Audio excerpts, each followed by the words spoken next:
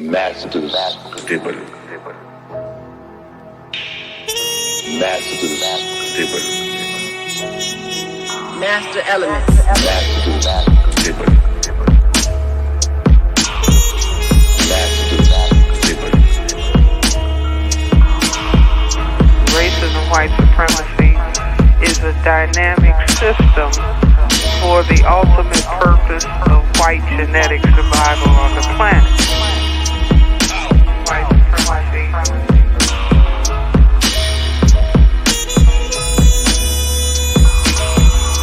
You are in an evil system, a system that is designed deliberately to produce evil thoughts, to produce animosity, to produce violence. Introduction to African civilizations and man-garden civilization.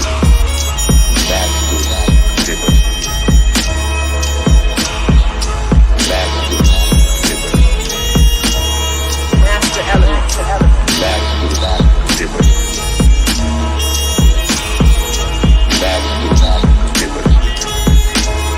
Master elements. We dedicate lives to the study of history. They didn't tell us that if you give up the man, you're going to take one of these things and it's worse and it will destroy your nation.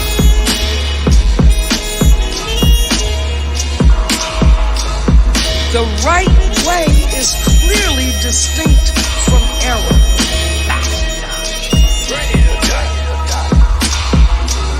Racism is a competitive relationship between groups of people who are competing for the ownership and control of resources, wealth, and power.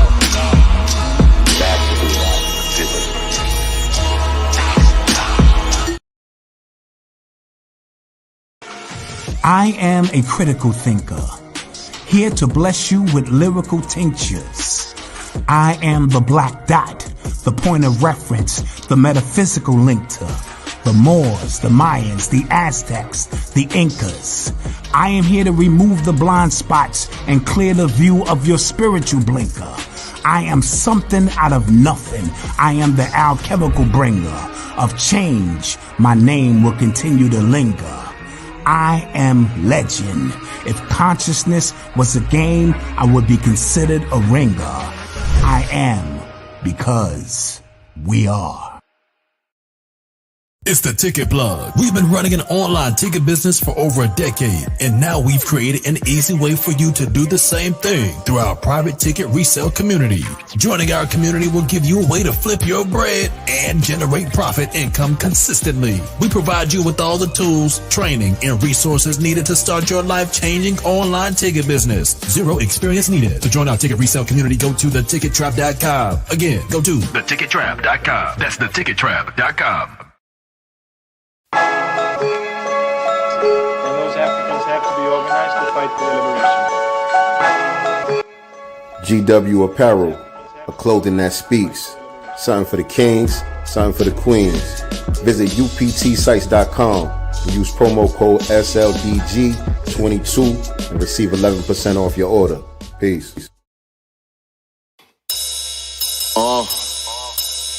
Yeah, like that. Let's see what's in the God's mind. Listen. Peace, peace, peace, family. What's good? What's good? Welcome to another episode of Sincere Love, the Godcast. I am the God Sincere Love, and I am on another solo mission this Sunday evening, Sunday afternoon, depending on where you at right now. But shout out to the family. Shout out to my lovely co-host, Nicety Girl. She is not with me this afternoon. She had prior engagements. So shout out to her. You know, she's always with us in spirit. But I'm glad to see you all coming on up in here early. Make sure that you hit the like button as you coming in here. You know, when you hit the like button, that helps to boost this video into the YouTube algorithm. Also helps to make sure that people are subscribed to this channel do get the notifications whenever we go live. So you definitely want to hit the like button and share this out on your social media platforms, family. Let everybody know that we are live right now with today's episode of Sincere Love, the Godcast. If you're not already subscribed to us on YouTube, make sure you head on over to YouTube. You might be watching this on Facebook right now. Normally we're live on X, formerly known as Twitter, but I got a notification when I was going live. They said you got to have a premium account to go live on X now or something like that. It didn't allow us to go live on X. So we're live on Facebook as well as YouTube today. But if you're watching us from Facebook, make sure you come on over to YouTube. Go to Godcast Enterprises. Subscribe to us. That's the main headquarters for Godcast, for Sincere Love the Godcast. And also subscribe to my personal channel, Sincere Love the God, as well on YouTube. And make sure you're following me. I'm at Sincere Love the God on all social media platforms. So if you're not already following me, make sure you guys follow me, Instagram, all of that other stuff. But yeah, I'm solo today, and you know we got to talk about it. We got to talk about it, man. Today's topic, we talking about the attempted assassination on former President Trump. He's looking like the Teflon Don right now. We calling him the Teflon Don, Teflon Donald Trump. So we got to get into that, amongst other things that's going on out here. We still continuing to cover the conversation around the true origins of hip hop. The conversation still been buzzing around social media. A lot of people have been chiming in and reacting and going back and forth on each other's statements and so forth. And so definitely going to be getting into that, because recently the two things that I want to respond to directly. Recently, Professor Griff was on Brother Rich's show. I think it's Black Magic Radio or Black Magic TV. I forget the exact name of Brother Rich's program on YouTube. But shout out to Brother Rich.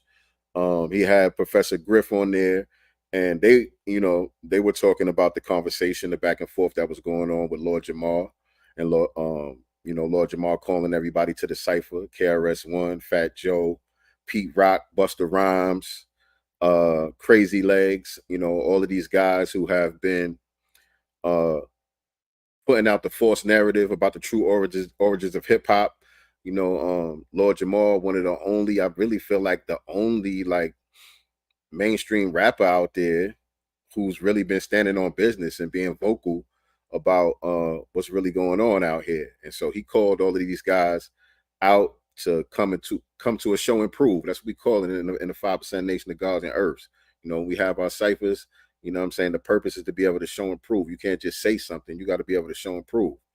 And so Brother Rich had asked Professor Griff his thoughts on the whole conversation and all that, and he had some things to say.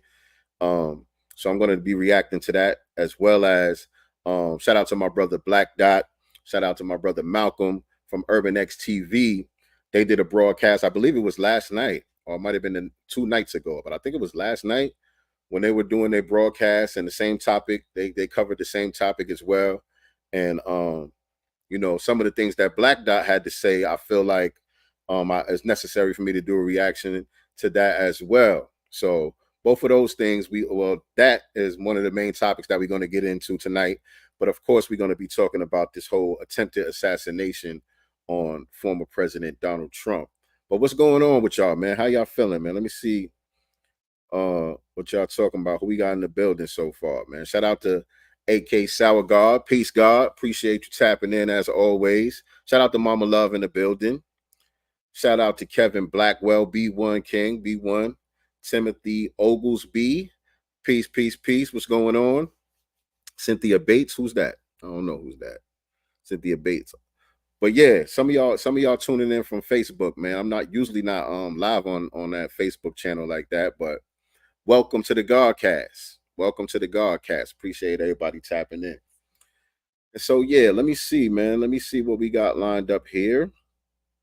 And so of course, man, as y'all know, this is Sincere Love the Godcast, as you should know. We do this every Sunday around 6 p.m. Eastern Standard Time, 3 p.m. Pacific Time. This is our weekly Sunday broadcast where we cover current events and talk about other important issues pertaining to what's going on in Black society. And on Wednesdays, we have our weekly series called the Black Business Showcase. That's usually around 9 p.m. Eastern Standard Time, 6 p.m. Pacific Time, where we bring on business owners and entrepreneurs and chop up game about business And so if you are a business owner, entrepreneur, you would like to be featured on our channel, please hit me up in the DM. I'm at Sincere Love to God, all social media platforms, or hit up my co-host, Nicety Girl, with the #1 on Instagram, without the #1 on X, formerly known as Twitter. Or you could just send us an email, godcastenterprises@gmail.com.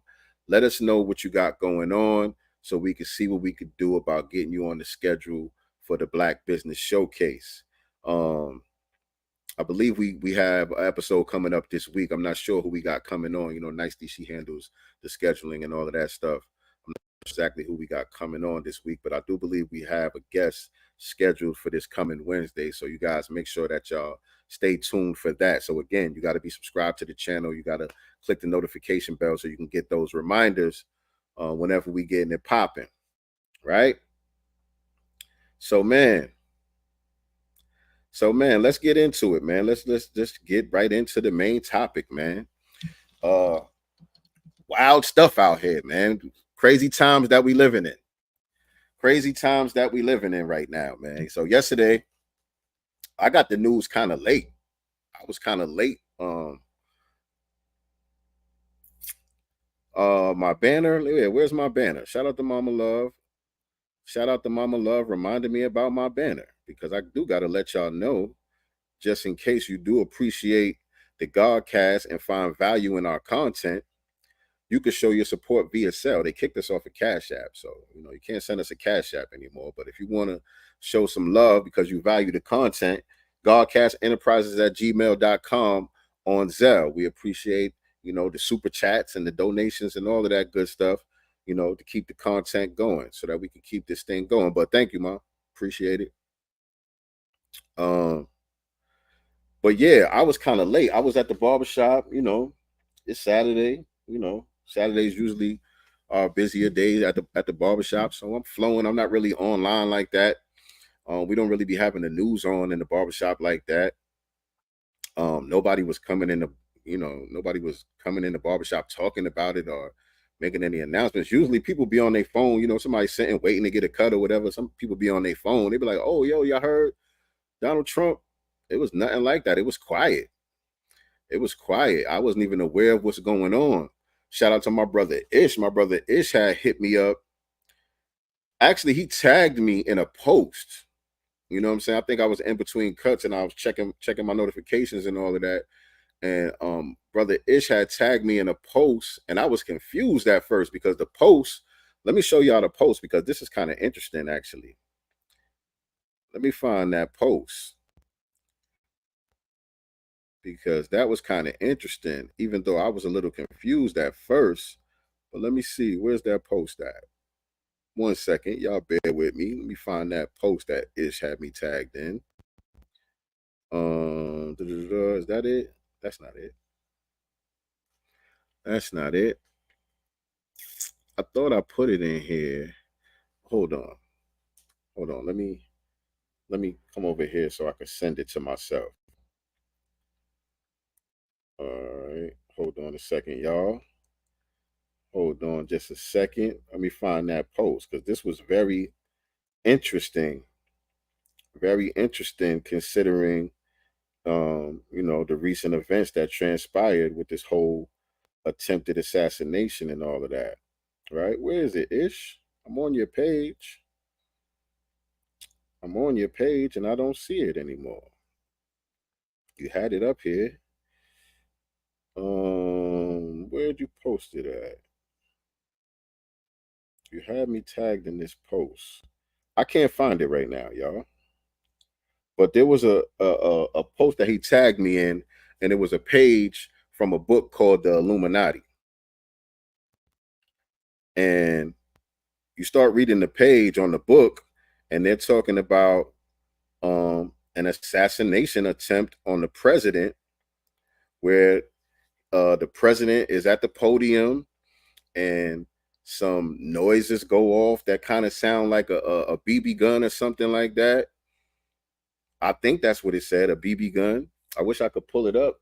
I don't remember exactly what it said, but it was from an old book called The Illuminati, and they were talking about some events of an assassination attempt on the president, and it was very similar to the events that transpired yesterday. But I wasn't aware of the events when he tagged me in the post, so I was confused. Hold on, I still want to find it if I can. I still want to see if I can find it. Where is it? FBA. I think it's in here. Okay. Okay.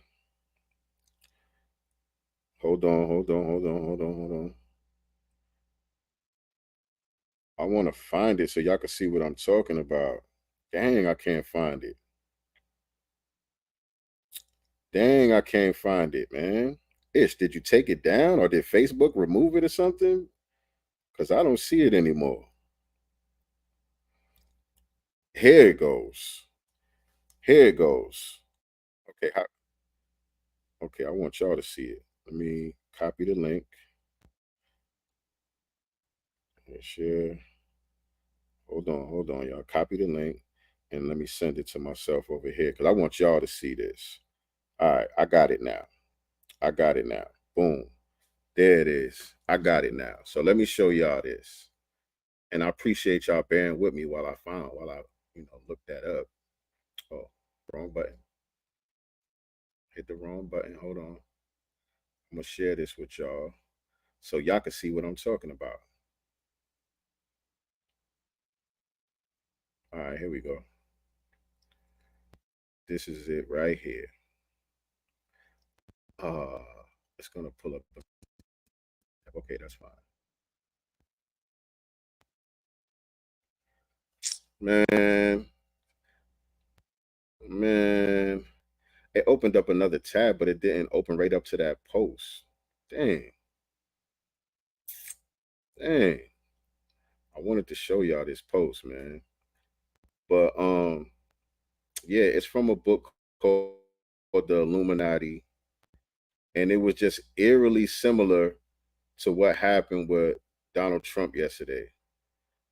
The way that the page read in the book, but I can't pull it up for y'all now for some reason. Dang. All right, I ain't gonna hold it no more, man. I can't pull it up for y'all. I wish I could show y'all, but that ain't working out.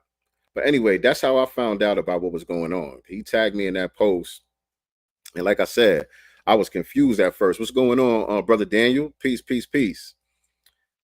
I was like, okay, what's this about? Like, I was trying to get the context. Why you tagging me in this? What's going on? And Ish was still kind of vague because he's assuming I know what's going on. He's assuming I know. You know what I'm saying? So he's like, don't that sound kind of similar to what happened with old boy? And so I'm like, who's old boy? And he was like, you ain't here? Turn on the news. And so when he said that, I went to Twitter. And I seen, of course, it's number one trending on Twitter. And I'm like, they shot this nigga Donald Trump? I'm telling niggas in the barbershop, yo, turn on the news, man. And so that was probably like an hour and a half after it happened, like after it was reported or whatever. So I was a little late getting the news. But as y'all know how social media is, there's already a lot of different conspiracy theories out there. There's a lot of people out there saying, it was staged. A whole bunch of different stories are already floating around on the internet. Who knows what to believe? Yeah. Yeah, so I went to Twitter. Twitter got the news before the news. Twitter got the news before the news, man. Yeah, Twitter is the source. CNN is late. MSNBC, all that, they behind time. You want to get what's going on in real time, you got to go to Twitter. You know what I'm saying? So yeah, it's a bunch of different theories out there. My thing is, who knows what to believe, man? I'm not about to come on here. This ain't the broadcast where I'm about to tell y'all this what really happened at the Trump rally yesterday. This what really went down. I don't know. I wasn't there. I don't got no inside information. I saw the same thing that y'all saw. I was shocked the same way that y'all was shocked. I don't know what's real anymore. Who knows what's real and what's not? All this AI stuff out here, all this political theater and these different orchestrated events that be taking place. Who knows? I'm not about to come on here and try to pretend like you're going to get the real scoop from Sincere Love the Godcast. I don't know. I don't know what the hell happened out there. All I know is it's crazy.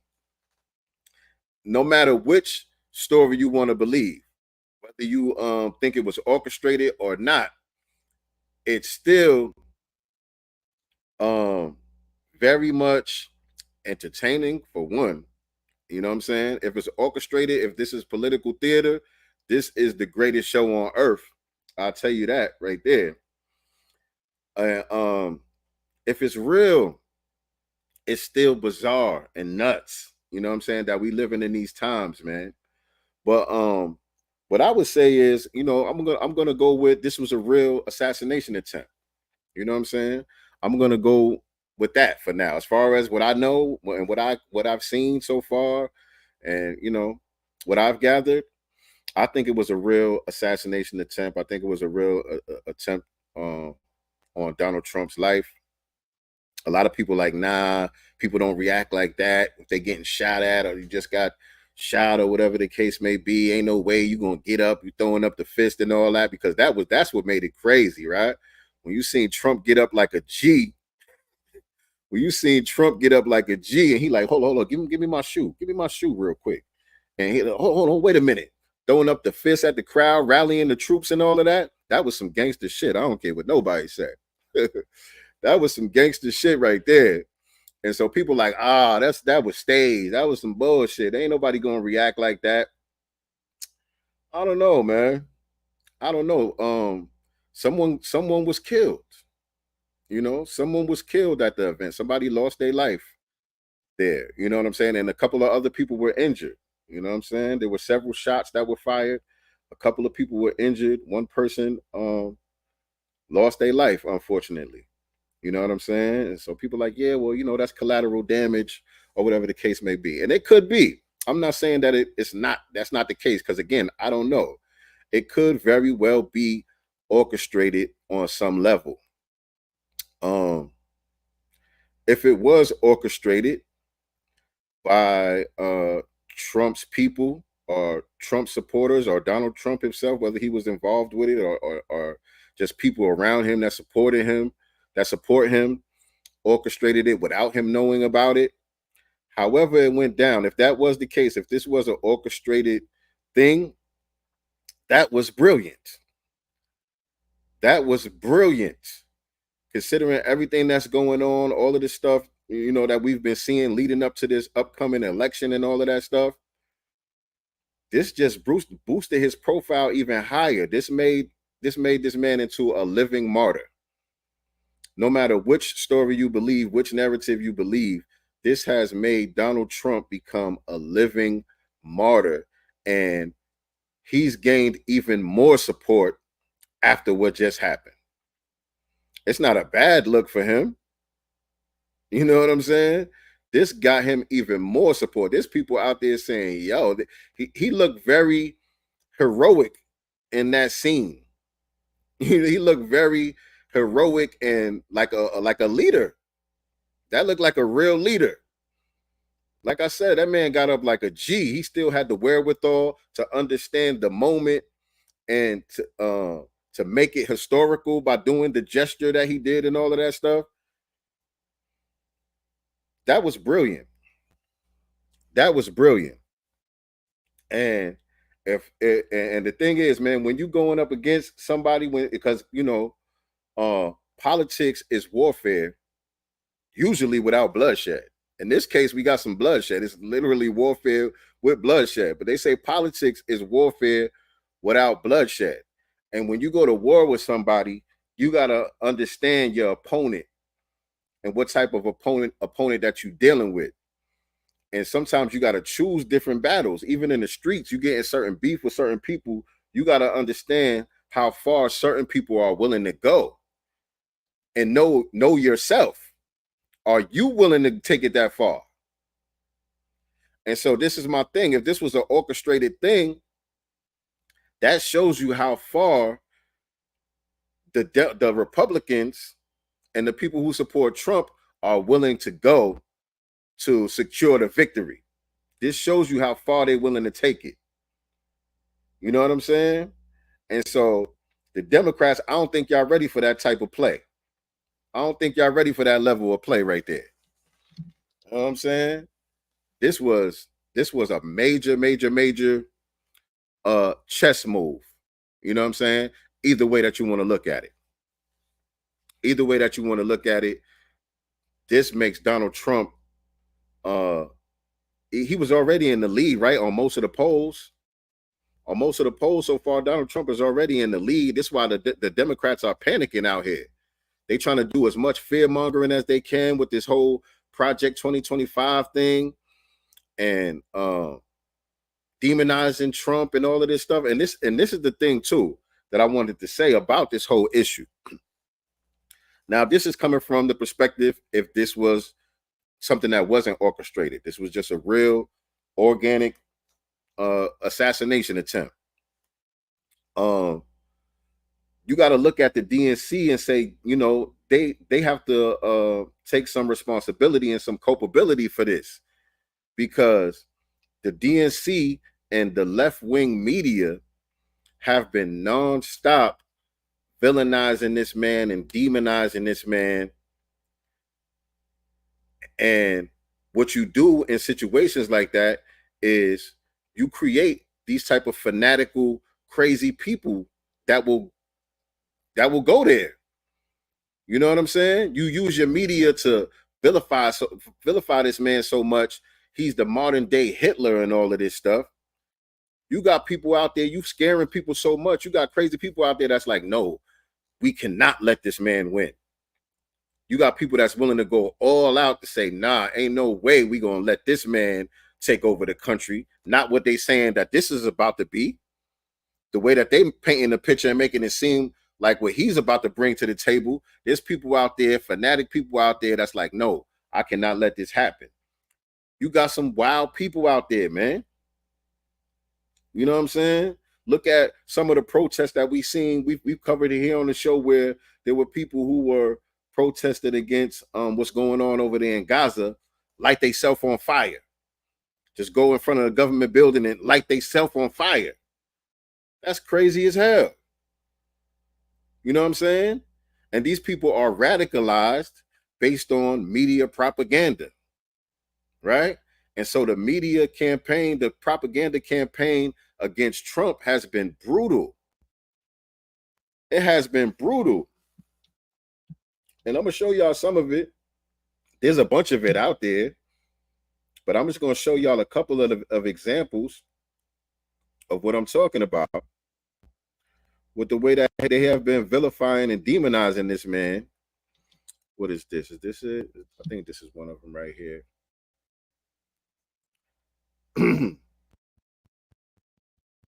Hold on a second, y'all. Let me let this load up.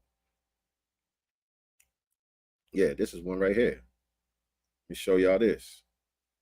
Hold on. And fair use, by the way. Here's a clip from CNN. Here's a clip from CNN.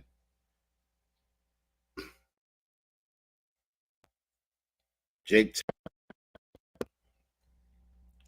The dehumanizing rhetoric of Adolf Hitler is once again alive and well on a national political stage. This time, of course, in the United States. Donald Trump, a couple times over the weekend, referred to immigrants from South America, Africa, and Asia.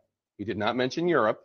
South America, Africa, and Asia as, quote, poisoning the blood of our country, which it's not hyperbole. That does very directly echo Adolf Hitler's language before World War II. To open up a copy of Hitler's Mein Kampf, you would find the Nazi leader describing the mixing of non-Germans with Germans as poisoning. There's really no other way to say it. Donald Trump's language mirrors this directly. So again, y'all use y'all media to villainize this man and demonize this man night after night all over the news, instead of just putting together a comprehensive plan that's better than, you know, what you say the Republicans are bringing to the table. Instead of saying what you're going to do that's so much better, what policies you have and what ideas you have that are better and why people should support you, you just do all of this fear mongering, demonizing and villainizing to get people to support you. Instead of saying, look, black folks, we know we owe y'all some money. There's a debt that we owe. We've been owing for a long time. We need your support right now, man. We're gonna go ahead and put together this reparations package. Y'all come on out to the polls, man. Y'all come out, y'all come on out here, man. We can't let this guy that y'all demonize so much, we can't let this guy get the levers of power again. You know what I'm saying? This is gonna be the end of our democracy. So, you know, we're gonna do y'all some justice in order to save the democracy. Instead of doing that, which would be the right thing to do, y'all just spend all of your energy demonizing this man, and you make him a target. That's what you end up doing. You make him a target. So y'all got to take some responsibility for what happened yesterday. Y'all got to take some responsibility for that, right? We talk about that type of stuff when it comes to like hip hop, rap music and stuff, right? When these rappers be getting into these beefs and all of that. A lot of times we talk about how, you know, this stuff can spill over into the streets, and it might not necessarily be the rappers themselves, but it's their entourage, it's the hangers on, it's the fans even, you know what I'm saying? Where stuff starts to spill over into the streets because people are choosing sides, and you know what I'm saying? That can get dangerous. We often caution the rappers about that, right? We caution the culture about that. We got to be careful. You know, it's cool to see some rap battles or whatever the case may be, but we want to keep it on wax. You know what I'm saying? So there's certain levels that you don't go to in order to keep it there, or that you shouldn't go to, so that we could keep it on wax and it doesn't spill over into the streets. We talk about that, but what about in this situation right here when it comes to politics? It should be the same level of caution. You know what I'm saying? But the Democrats and the liberal media has been irresponsible, in my opinion, and this is the end result. This is the type of result that you get. You know what I'm saying? And not only was there an attempted assassination on the former president, but somebody lost their life. Somebody lost their life in the situation, and a couple other people got injured, and all of the people that were there have to deal with the aftermath and the PTSD and all of the stuff that comes with it. And even, you know, us, a nation, you know what I'm saying? We all are affected by this in one way or another. You know what I'm saying? So I feel like like I said, the DNC and the liberal media, they have been very irresponsible.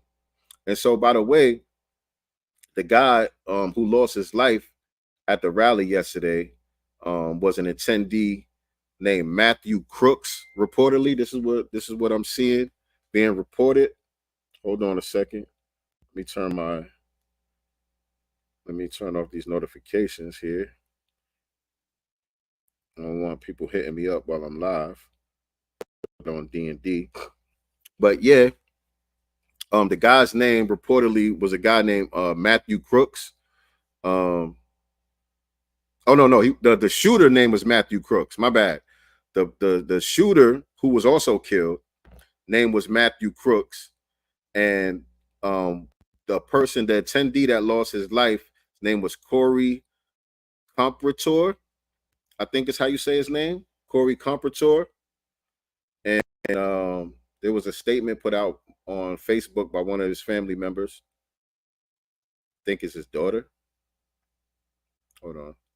This is the guy right here. This is the guy right here. And the statement reads, yesterday time stopped, and when it started again, my family and I started living a real life nightmare. What was supposed to be an exciting day that we had all looked forward to, especially my dad, turned into the most traumatizing experiences someone could imagine. I know the media will cover this event, and I'm going to try my best to stay away from looking at everything, especially because I've already seen and lived through it in real time. but I want everyone to know what the media will not cover and will not say about him. He was the best dad a girl could ever ask for. My sister and I never needed for anything. You call, he would answer, and he would do whatever it is you needed.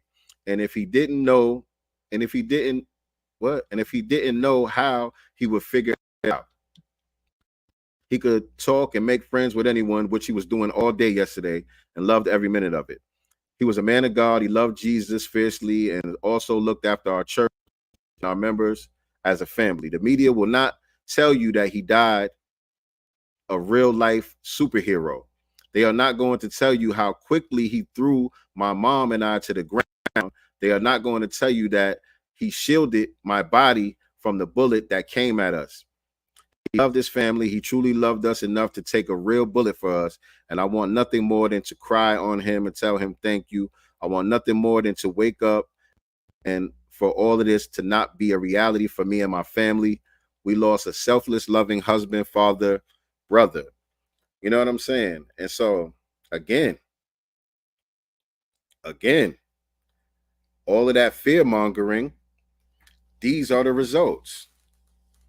These are the results. I hold the Democrats and the liberal media responsible for what happened. Shout out to my girl, some chick named Star in the building. What's up, Star?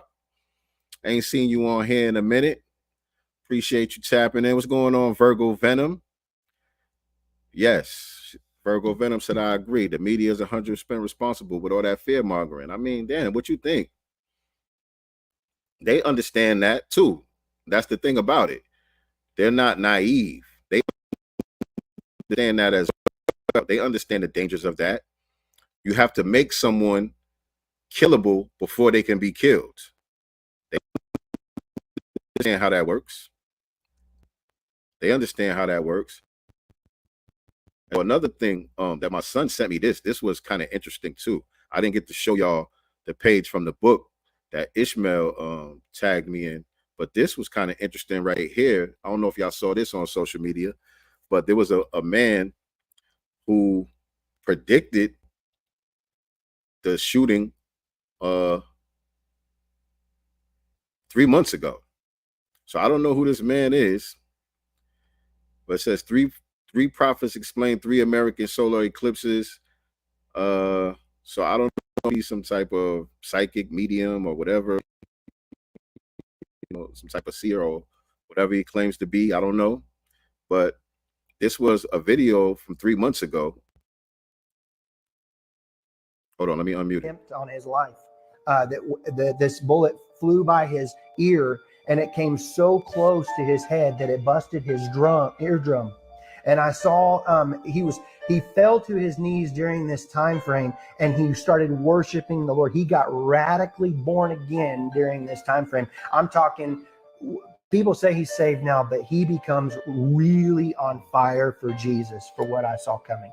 And then I saw people interceding when I see him throughout, and I saw Trump rise. So the music is playing in the background, so I don't want to keep playing too much of it. But he said he had a vision where he saw an assassination attempt on Donald Trump, where somebody shot at him, and the bullet went whizzing past his ear, and all of this stuff. I was like, oh, wow, that's kind of interesting right there. I don't know what to make of that, but y'all take that and do what y'all want to do with that. Mastering healing at home. What are we talking about today, Sincere? So right now we're talking about the attempted assassination on the Teflon Don. The Teflon Don, Donald Trump. Of course, we had to cover that today, but we're going to get into some other things too. But right now, yeah, that's what we're talking about. Welcome to the Godcast, beloved. Appreciate you tapping in. Appreciate you tapping in. So yeah, that part was interesting. What's the latest, y'all, on the news from the aftermath of the attempt? Am I up to date? Because from what I understand, they still haven't said anything about a motive. They did identify the shooter. His name was, I just said his name a minute ago. What was his name? What was his name? Oh, I closed it. I closed the tab. I think this is it, right? No, that's an X. That's not it. Hold on. I just had it up. Was it this? No. The dude's name. And I closed the tab where I had it up at. But if anybody in the chat remembers what his name was, put his name in the chat. They did identify the shooter, the person that we just talked about who lost their life. And from what I understand, there were 2 other people who were injured and they're now in stable condition. But yeah, again, they haven't, for far as I know, they haven't said anything about a motive or any connections to any other groups or anything like that. So far, they're lone wolfing this guy. But the events themselves, the event itself was kind of like, damn, I felt like the security was a little laxed. Well, I don't know what y'all thought. I saw some people giving props to the Secret Service and all of that for doing a good job. But when I was looking at it, I felt like it was a little lax. Like, how'd that dude get on the roof like that? Right, Thomas Crooks. Thomas Crooks was the name of the shooter, Star? I think that was the name of the shooter. Thomas Crooks. I think that was the name of the shooter. But I'm like, how did he get on the roof like that?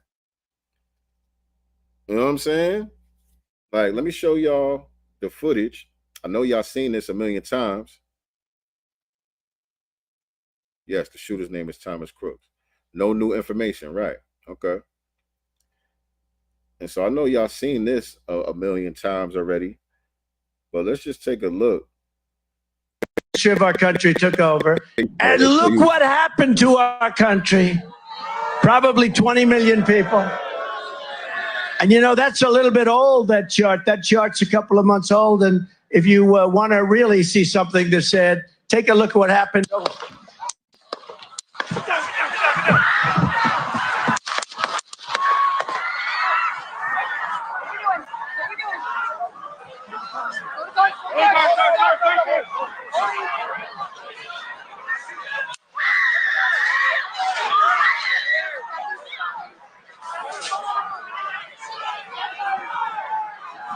But some people are like, man, I would have been running. I don't believe it. This ain't real. Like, so y'all saying that everybody there was part of this? Saying that all of those people was part of this orchestrated thing? Okay, we are watching live at a rally in Butler, Pennsylvania, where former President Trump was speaking on the stage. How you react when you're in a certain situation. But this right here, legendary. This right here was legendary. I don't care what none of y'all say. That right there, that was legendary. Especially when you get the one with the audio. That one doesn't have the audio, but the video with the audio, when he gets up and he's like, yo, he's like, hold up. Where my shoe at? Let me get my shoe. And then they trying to whisk him away. And he's like, wait a minute. And he turns to the crowds and throw up that fist. Nigga, that was some gangster shit right there. That was some gangster shit right there. But yeah, right. Homie was busting. Several shots. And when I first got the news, like I said, I was late. I was like about an hour and a half late when I first figured out what was going on. And one of the number one thing trending on Twitter was BB gun. And so initially people were saying that it was a BB gun. You know what I'm saying? I seen people saying that it was a BB gun online. But no, turns out it wasn't no BB gun. Dude had an AR-15 up there on that roof. And, you know, Trump got grazed right across the side of his head and his ear. That would have blew his head off. That would have blew his head clean off. That was a real assassination attempt. I don't think nobody gonna orchestrate nothing like that.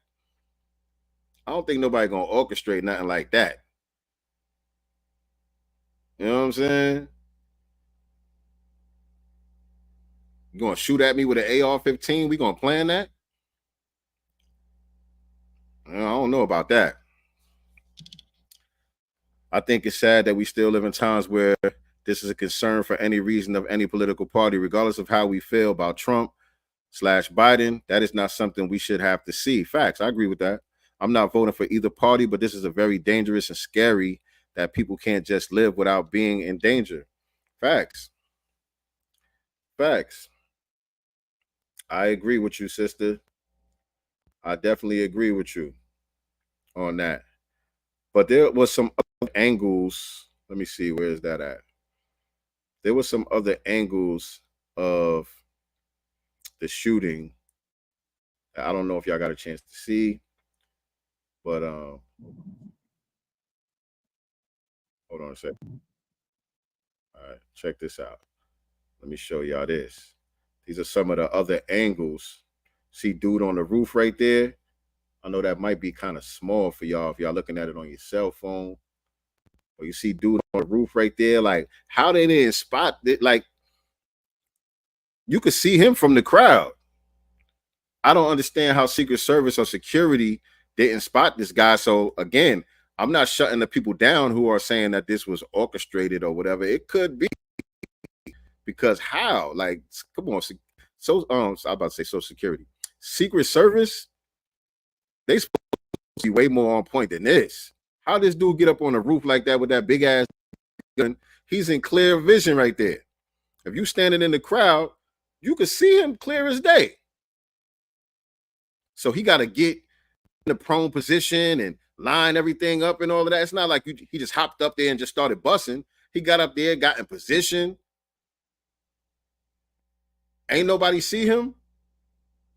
So that was weird, but check it out. These are some of the angles that the news is not showing. You want to really see something that said, take a look at what happened.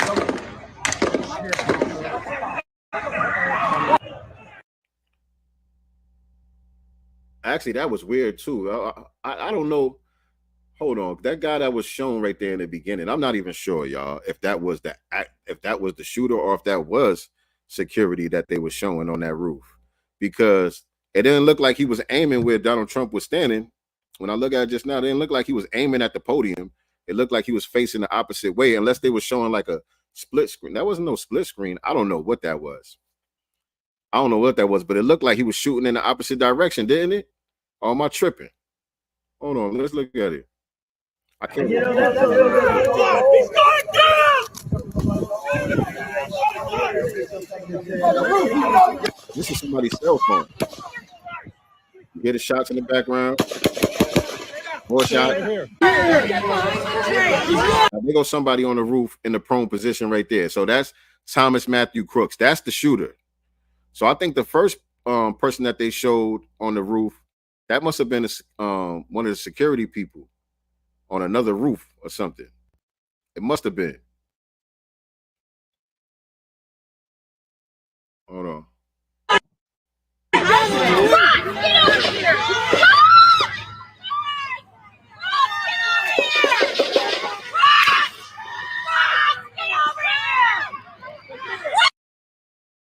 There you go.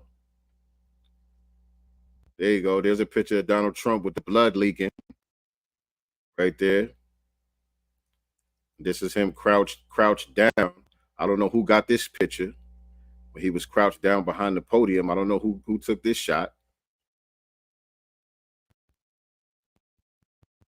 These are all the camera angles from Trump's attempted. Let's watch that again.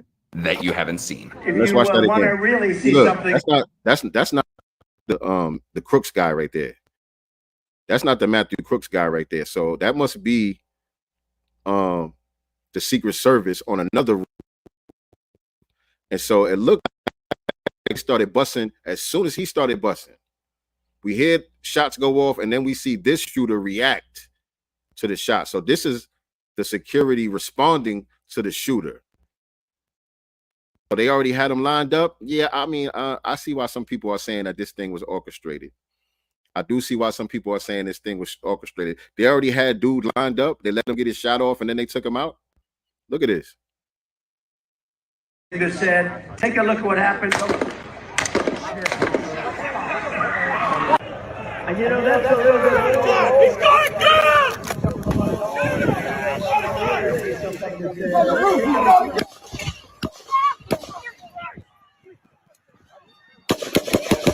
They saying he's on the roof. He got what's up to him? Yeah, that's not the same person. This person is dressed totally different with the long hair and all that. The other guy was in military gear. So that must have been one of the security people. But again, the angle was weird though, because it looked like he was facing opposite of the podium. So I don't know where this guy was at. And you know, I don't know what angle he was at from the podium on this roof here, the Crooks guy. I don't know what angle he was shooting from. But the security guy looked like his back was to the podium and he was shooting the opposite way.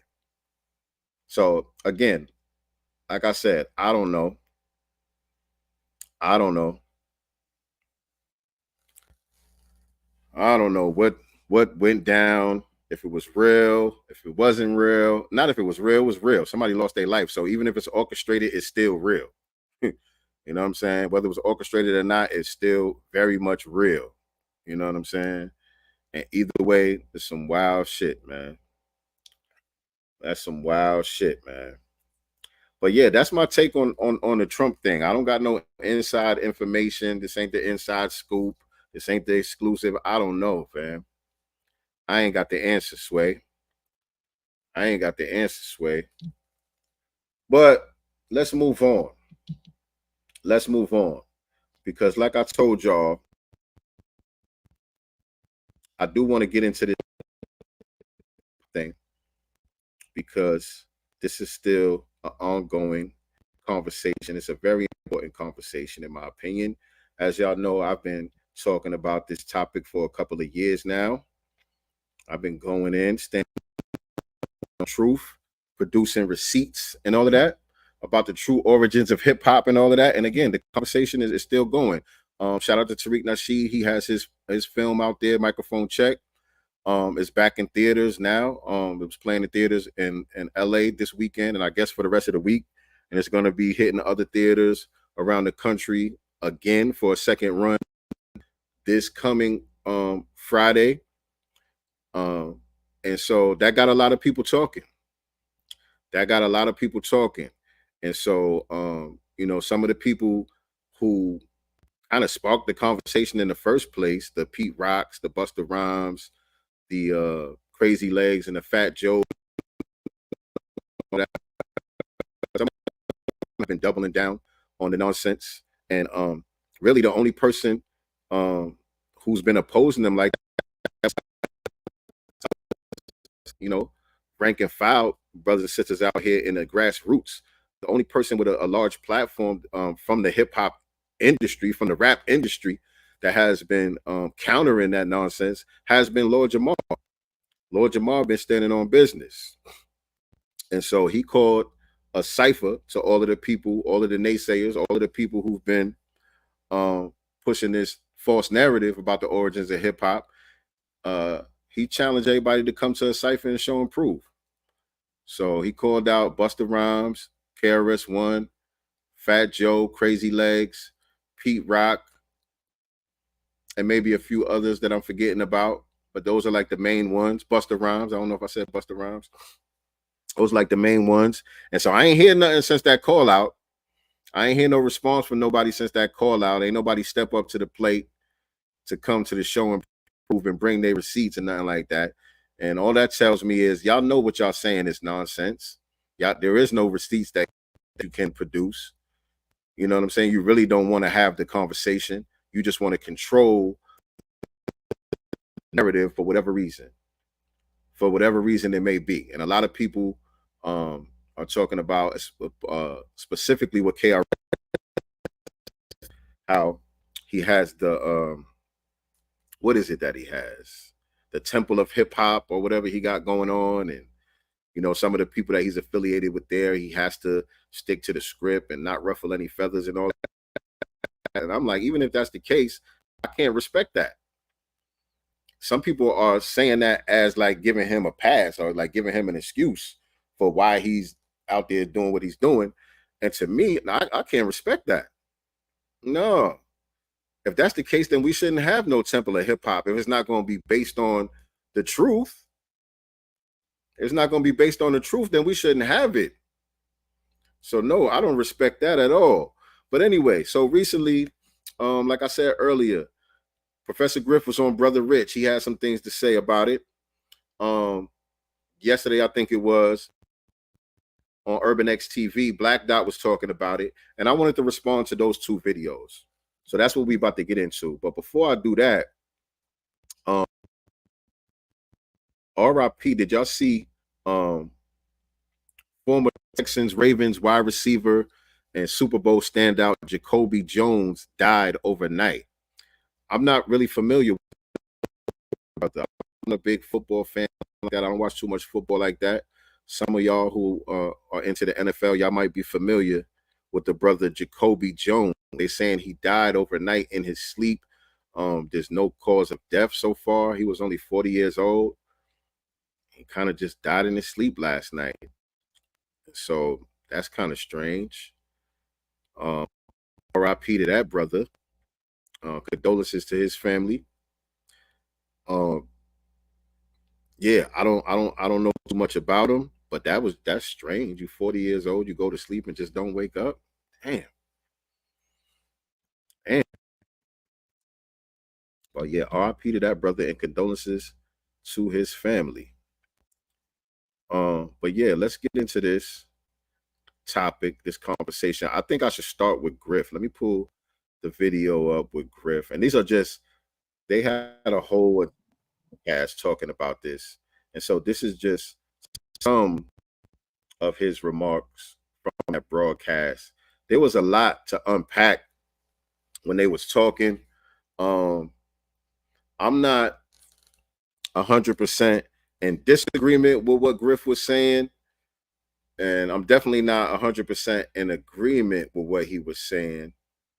I listened to the whole thing because I wanted to get the full context. I didn't just see the clips. I watched the entire broadcast, and I felt like he did speak some truth, but he also contradicted himself a lot of times.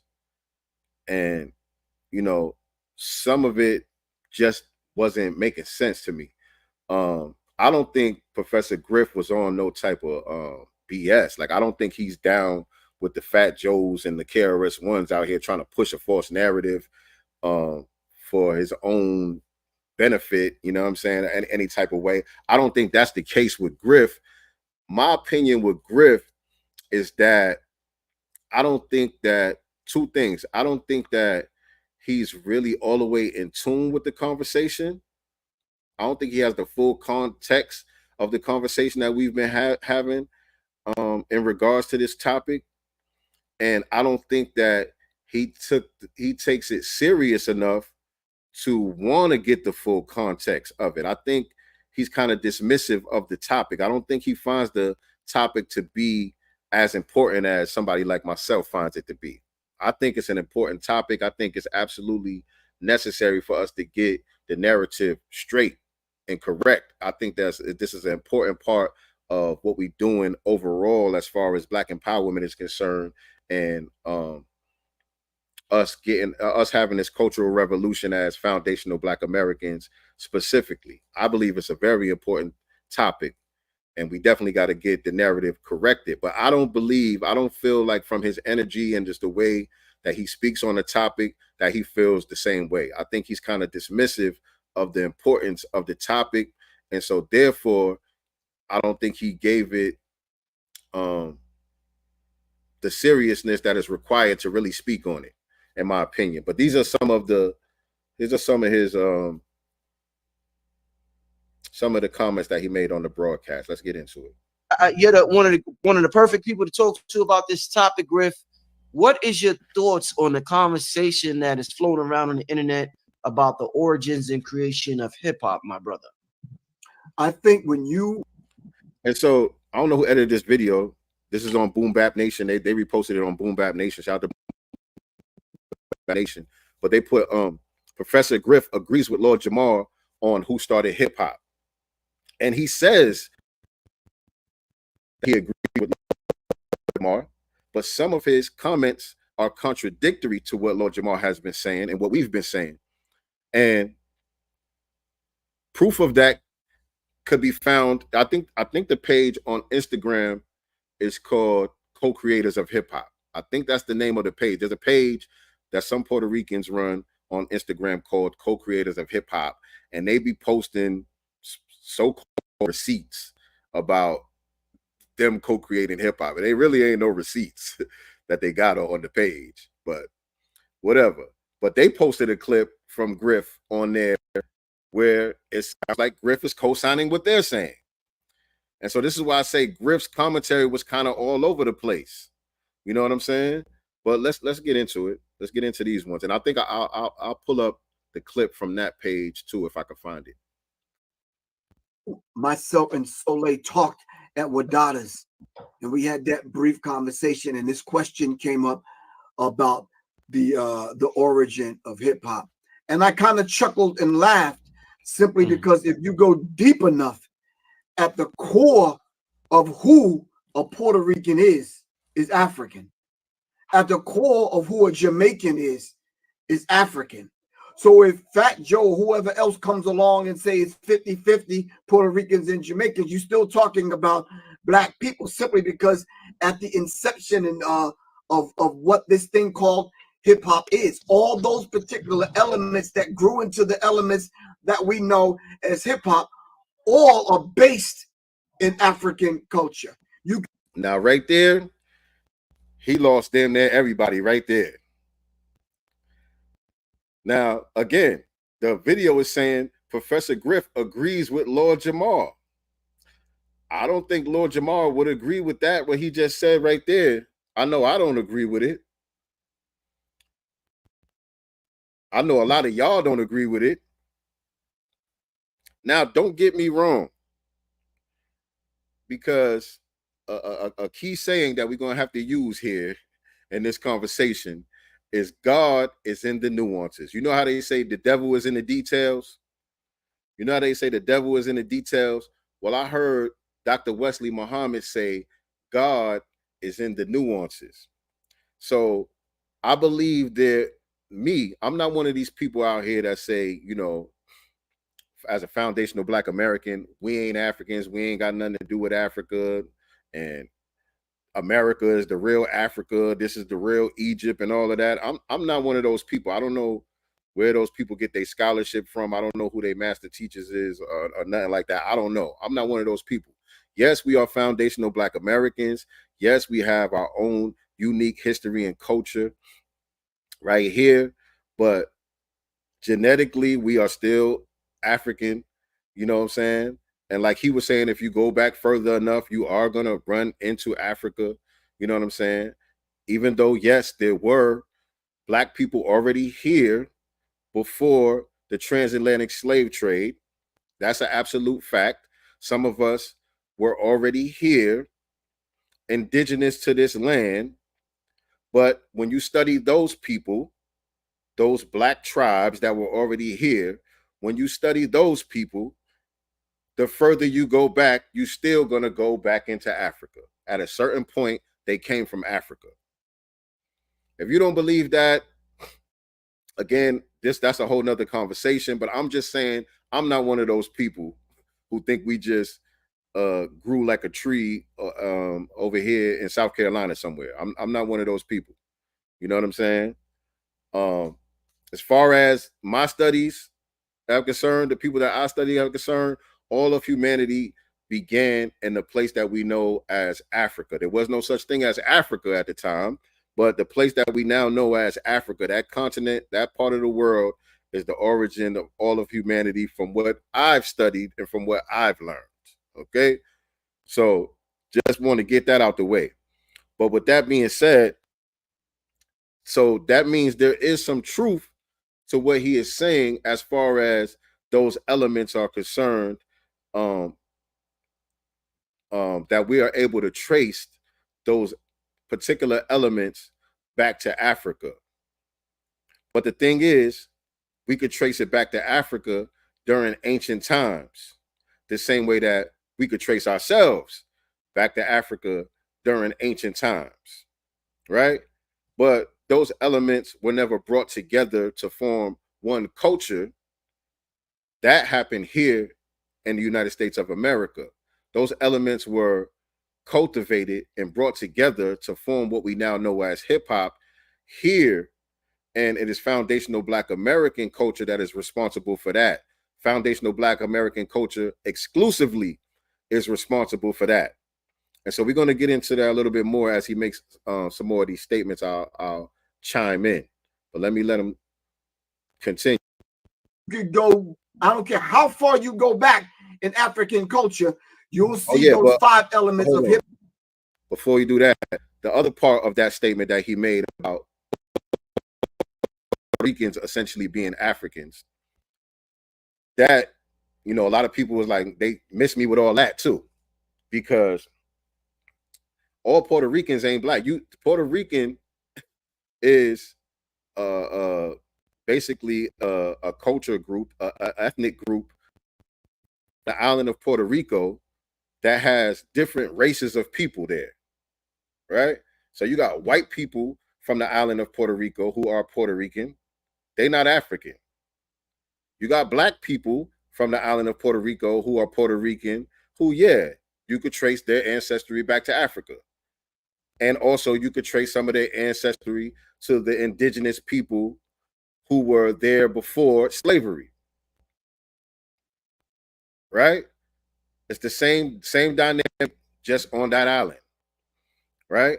And so these elements that became part of the culture that we know as hip hop were not cultivated on that island of Puerto Rico. They weren't doing that over there. They weren't doing none of it. The rapping, the dancing, the DJing, the graffiti, they weren't doing any of it. None of it was cultivated there. So we're not just gonna skip over our unique history here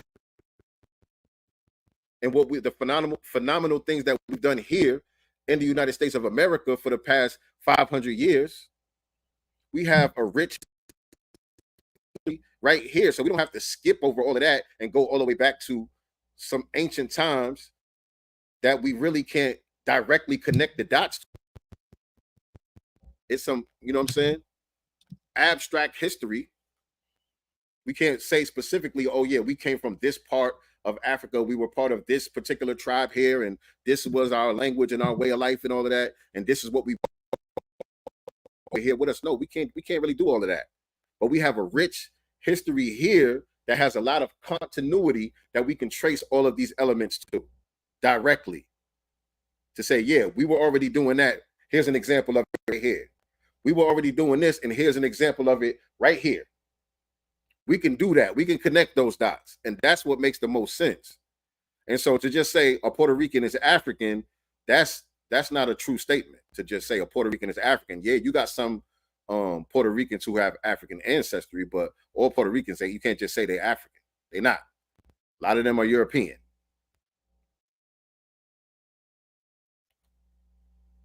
Hip hop there. You won't necessarily see them in quote unquote Puerto Rican culture unless you go far enough back, and then you bump into African culture. You won't see them in Jamaican culture. He said you won't see, he's talking about the elements of hip hop.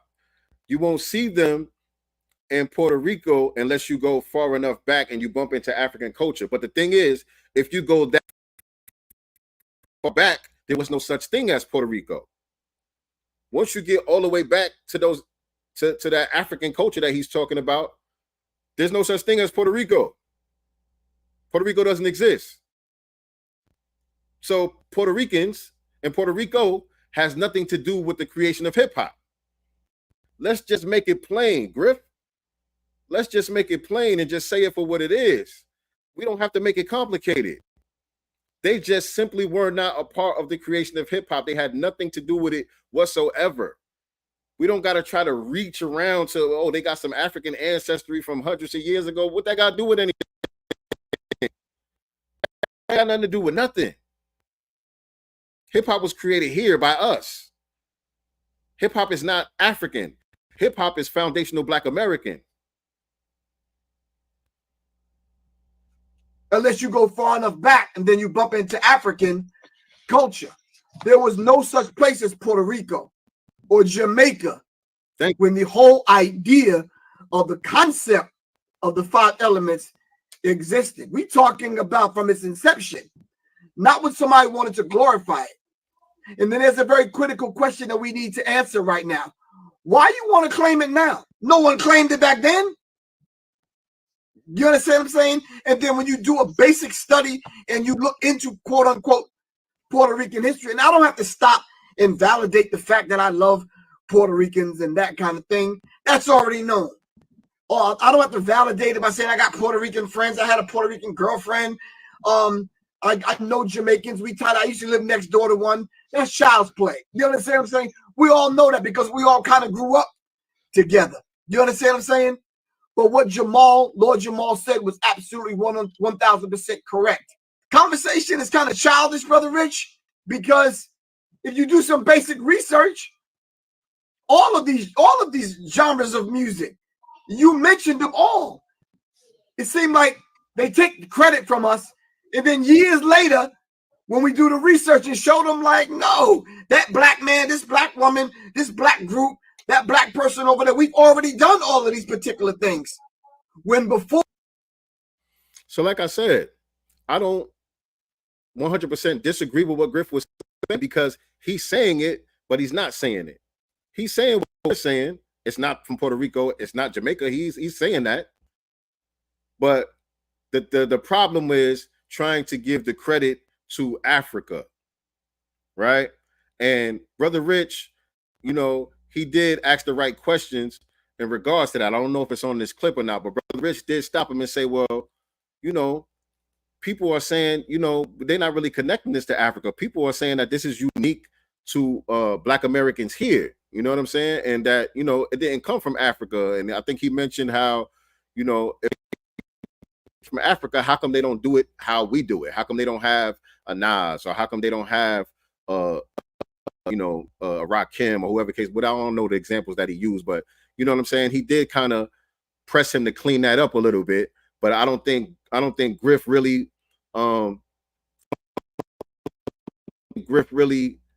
seceded to that. Griff was still trying to Africanize it. You know what I'm saying? And so that's the problem that I had with what Griff was saying. You know what I'm saying? He's saying, no, it's a black thing and it's a Black American thing, but he's also saying at the end of the day, in essence, it's really an African thing, which it's not. It's just not. This is something that is unique to us. We are a unique people, family. We are a unique people. We are an exceptional people. We are the most influential people. You know what I'm saying? And so a lot of things that we came up with here, many of the elements could be carried over through our genetic memory and all of that. Some of the elements could be carried over through that because we do have that. You know what I'm saying? A genetic memory, we do have that. There's certain things that we carry over, certain practices and stuff that we do innately that we don't even know why we do it. That came with us through our ancestors, through our genetics. But a lot of things that we came up with here are brand new to the planet. It's brand new to the planet. It's something unique and specific to us.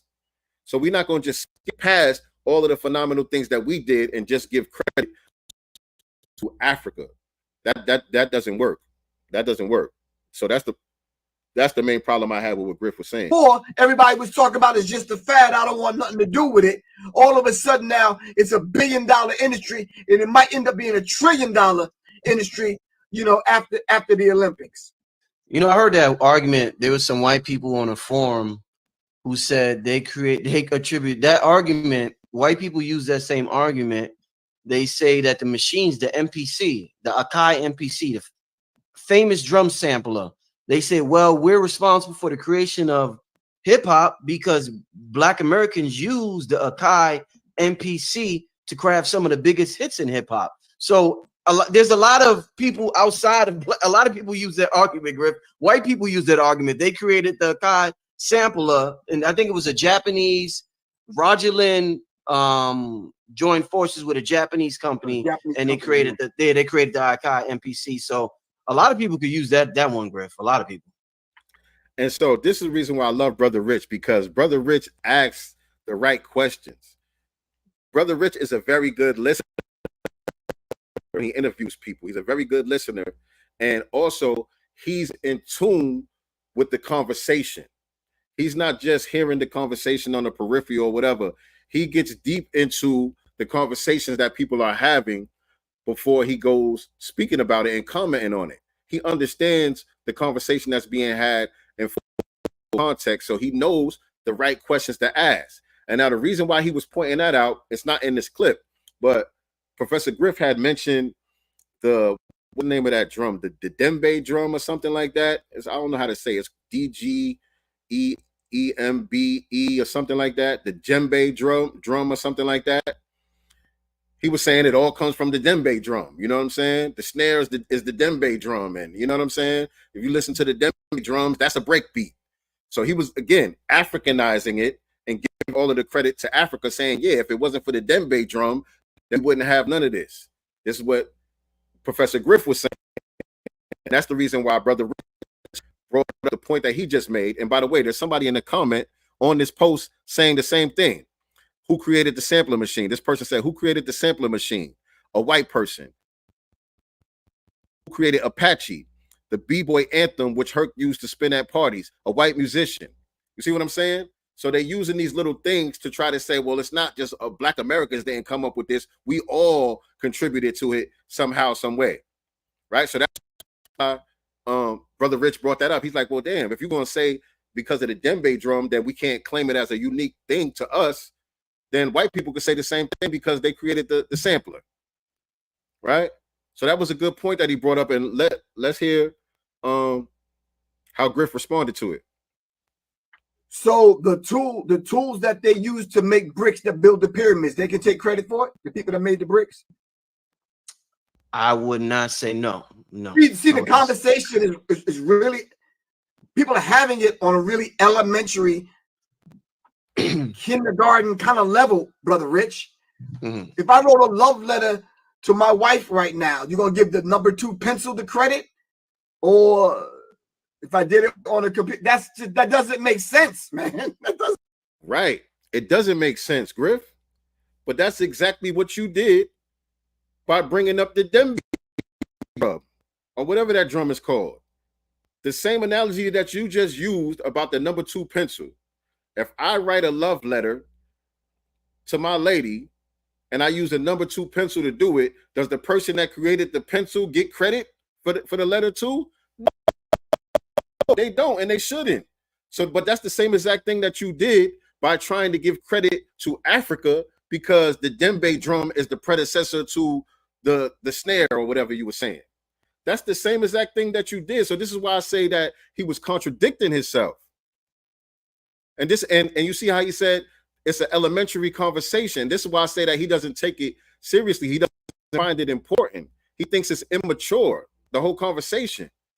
So he's not doing a deep dive to really get a comprehension on what this conversation is all about. You know what I'm saying? And that's why his narrative is all over the place. And this is why he's contradicting himself. The reason why Rich brought that up is because that's what you're saying, Griff. You're giving props to the person who made the number 2 pencil for writing the letter. That's what you're saying, Griff. That's a contradiction. That's a contradiction. Let me see what y'all talking about in the chat. Now, Puerto Ricans are what the U.S. never became, a people that identify by nationality. It's failed in the U.S. where everyone's a crayon color. Oh, my God. Here we go. I knew y'all was going to show up. I knew the We Ain't Black people was going to be here. Shout out to all the We Ain't Black people. The U.S. can't compare themselves to any Latin nation. Okay. Okay. African culture mixed with Euro and indigenous. It has no African culture. I don't know what Tim Asuna is talking about. Tim Asuna, this is not the plebiscite hour. This is not the plebiscite hour. Okay. We'll get to plebiscite hour some other time. I knew one of y'all was going to show up with that nonsense. But yeah, Griff, you contradicting yourself. The narrative is all over the place. Is it Uchi Wally Wally or is it one mic? No disrespect at all. Because again, I don't think Griff is coming from a bad place. I think Griff is just, he looks at everything through a Pan-African lens. You know what I'm saying? And therefore does not have the ability to delineate and give specificity to the uniqueness of our culture here. You know what I'm saying? That's just what it is.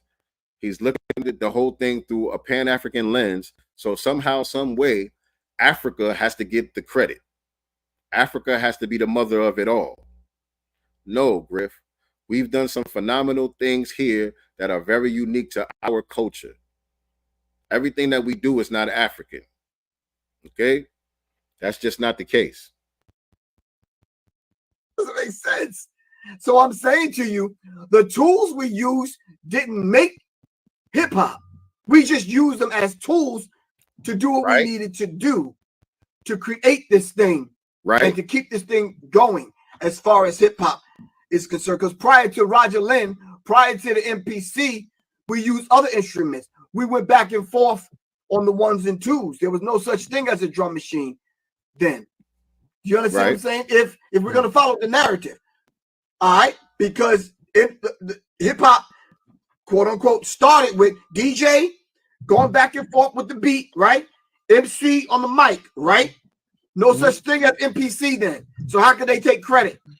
See, if you participate in it, like Lord Jamal said, if you participate in it, you're not the originator of it.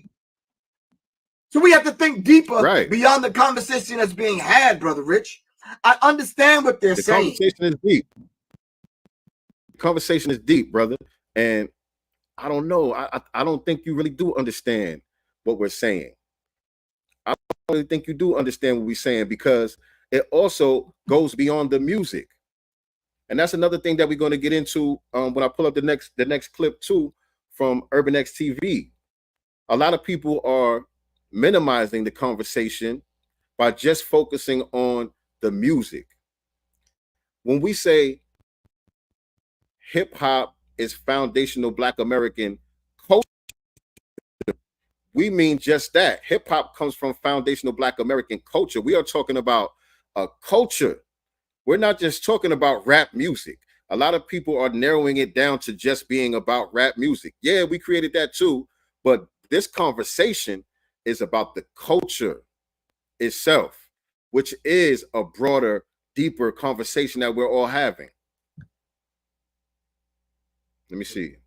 I truly understand what they're saying, man, but it goes a lot deeper than that. And I think they're fashioning it in the way that they're fashioning it to take the credit not only from Black people in America, I guess you can call them foundational Black Americans, but they also want to take credit from those brothers and sisters that were on the continent at that particular time that brought this information over in our DNA. And I think this is what Lord Jamal is trying to say. And that's not what Lord Jamal is trying to say. That's not what Lord Jamal is trying to say at all. So Professor Griff, really, like I said, if he understood the conversation, he wouldn't be saying that's what Lord Jamal is trying to say. Because Professor Griff is really arguing against both sides. He thinks he's agreeing with Lord Jamal, but a lot of what he's saying is contrary to what Lord Jamal is saying and what we're all saying. So he's rightfully saying it doesn't come from Puerto Rico, it doesn't come from Jamaica, but he's also wrongfully attributing everything to African culture. That's not what it is. This is a unique culture that comes from foundational Black Americans. That's what it is. I agree with him 1,000%. What? Yeah. Right. So that's what I'm saying. That part right there, you saying that you agree with Lord Jamal, the things that you're saying, I don't think I don't want to speak for Lord Jamal, but I've spoken to Lord Jamal about this topic. I've heard what Lord Jamal has said in the documentary film Microphone Check. I've listened to his commentary on You Know What I Mean, Godcast. I've listened to some of his Instagram lives. I've seen the receipts that he's been posting. So from what I gather, that's not what Lord Jamal is saying at all. Lord Jamal is not attributing hip hop to African culture. That's not what Lord Jamal is doing. Lord Jamal is saying this comes from foundational Black American youth in particular. As a matter of fact, that's what Lord Jamal is saying. Lord Jamal is even Xing out the elders from back then. If you were an elder in the late 60s, early 70s, if you were an elder during that time, he's saying you didn't have anything to do with the creation of hip hop either. He's saying this is a foundational Black American youth culture specifically. He's very specific about that. So again, that's, to me, that proves, like I said, Griff is not really in tune with the conversation like that. And that's the reason why his commentary is off. So it's no disrespect to Griff at all, because like I said, I don't believe he's coming from a bad place. I don't. I just think he's not tapped in. That's my opinion on what Griff was saying. And let me see if I can find from that other page. I think it's called Co-Creators of Hip Hop. Let me see if I can find the clip that they posted. Let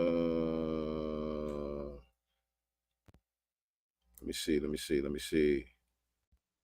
Come on, man. Oh, come on. Co-Creators of Hip Hop.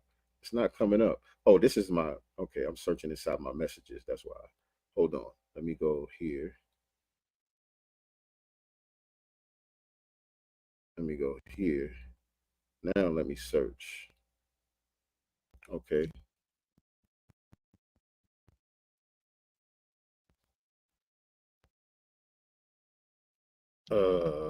Damn, I still don't see it. Of hip hop. I think that was the name of their page. Hold on. I don't see their page on here. Hold on. Because they posted a clip of Griff 2 on their page as supposed to be a receipt for what they're saying.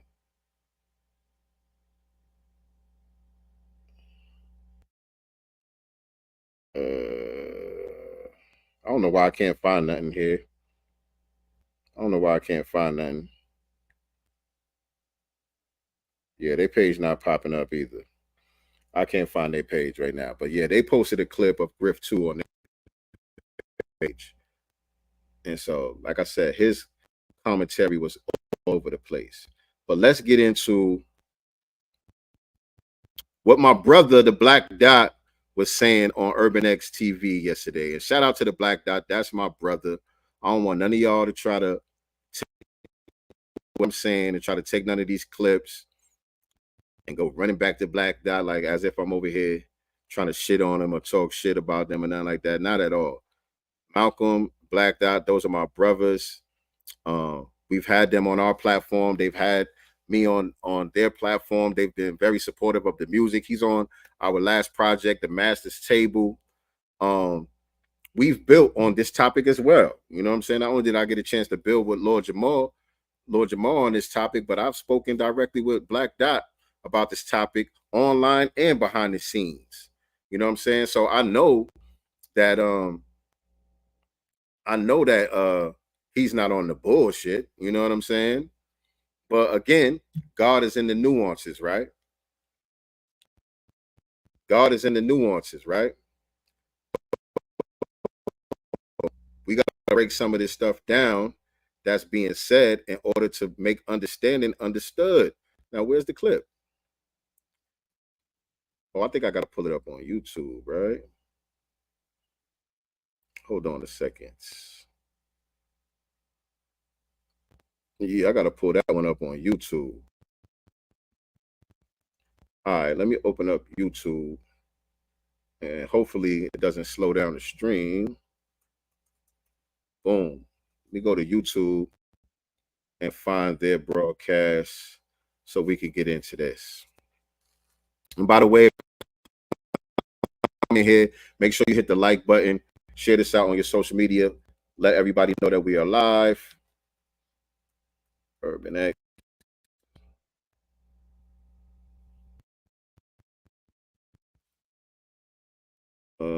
Okay. Okay. This is the broadcast right here. All right. It's loading up a little bit. Loading up a little bit slow, but I got the clip. Let's back it up. Let me get to the right spot. Let's back it up a little bit. Let's see. This might be the good spot right here. It says my browser has lost connection to the audio. Shout out to Mark W in the building. Appreciate you. Yes, indeed. Yes, indeed. 120 lessons. All right, hold on. I gotta I have to, what do I gotta do? Because it says I lost the audio over here. So how do I get the audio back? I don't think y'all gonna be able to hear it. Hold on. Tell me if y'all can hear this. Tell me if y'all able to hear this. Type a number 7 in the chat if you can hear this.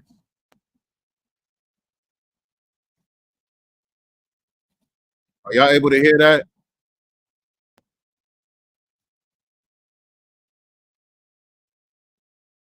Are y'all able to hear that?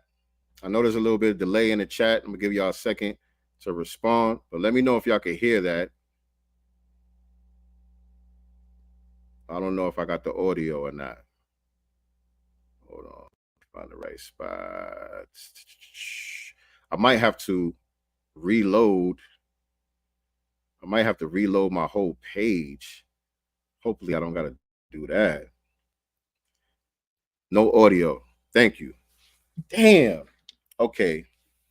I think I gotta reload my whole page. Hopefully I don't lose y'all when I do that.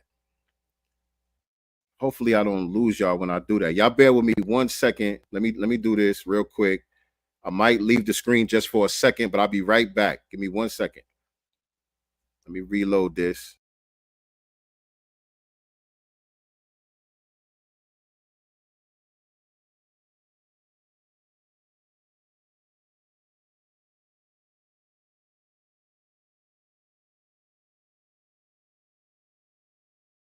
Okay, I'm back. Can y'all hear me? I'm back. Can y'all hear me? Let me know if y'all can hear me. Let me get this together. Little technical difficulties here, but we're going to get it together. Let me know if y'all can hear me now. Am I good? I'm good. Thank you. Appreciate that. Now, let me know if y'all can hear this. We should be good now. We should be good to go. Let me know if y'all can hear this. I'm going to sit back. Again, I told you, this is above my hip-hop pay grade. I need to bring it back a little bit. Let me know if y'all can hear it, though.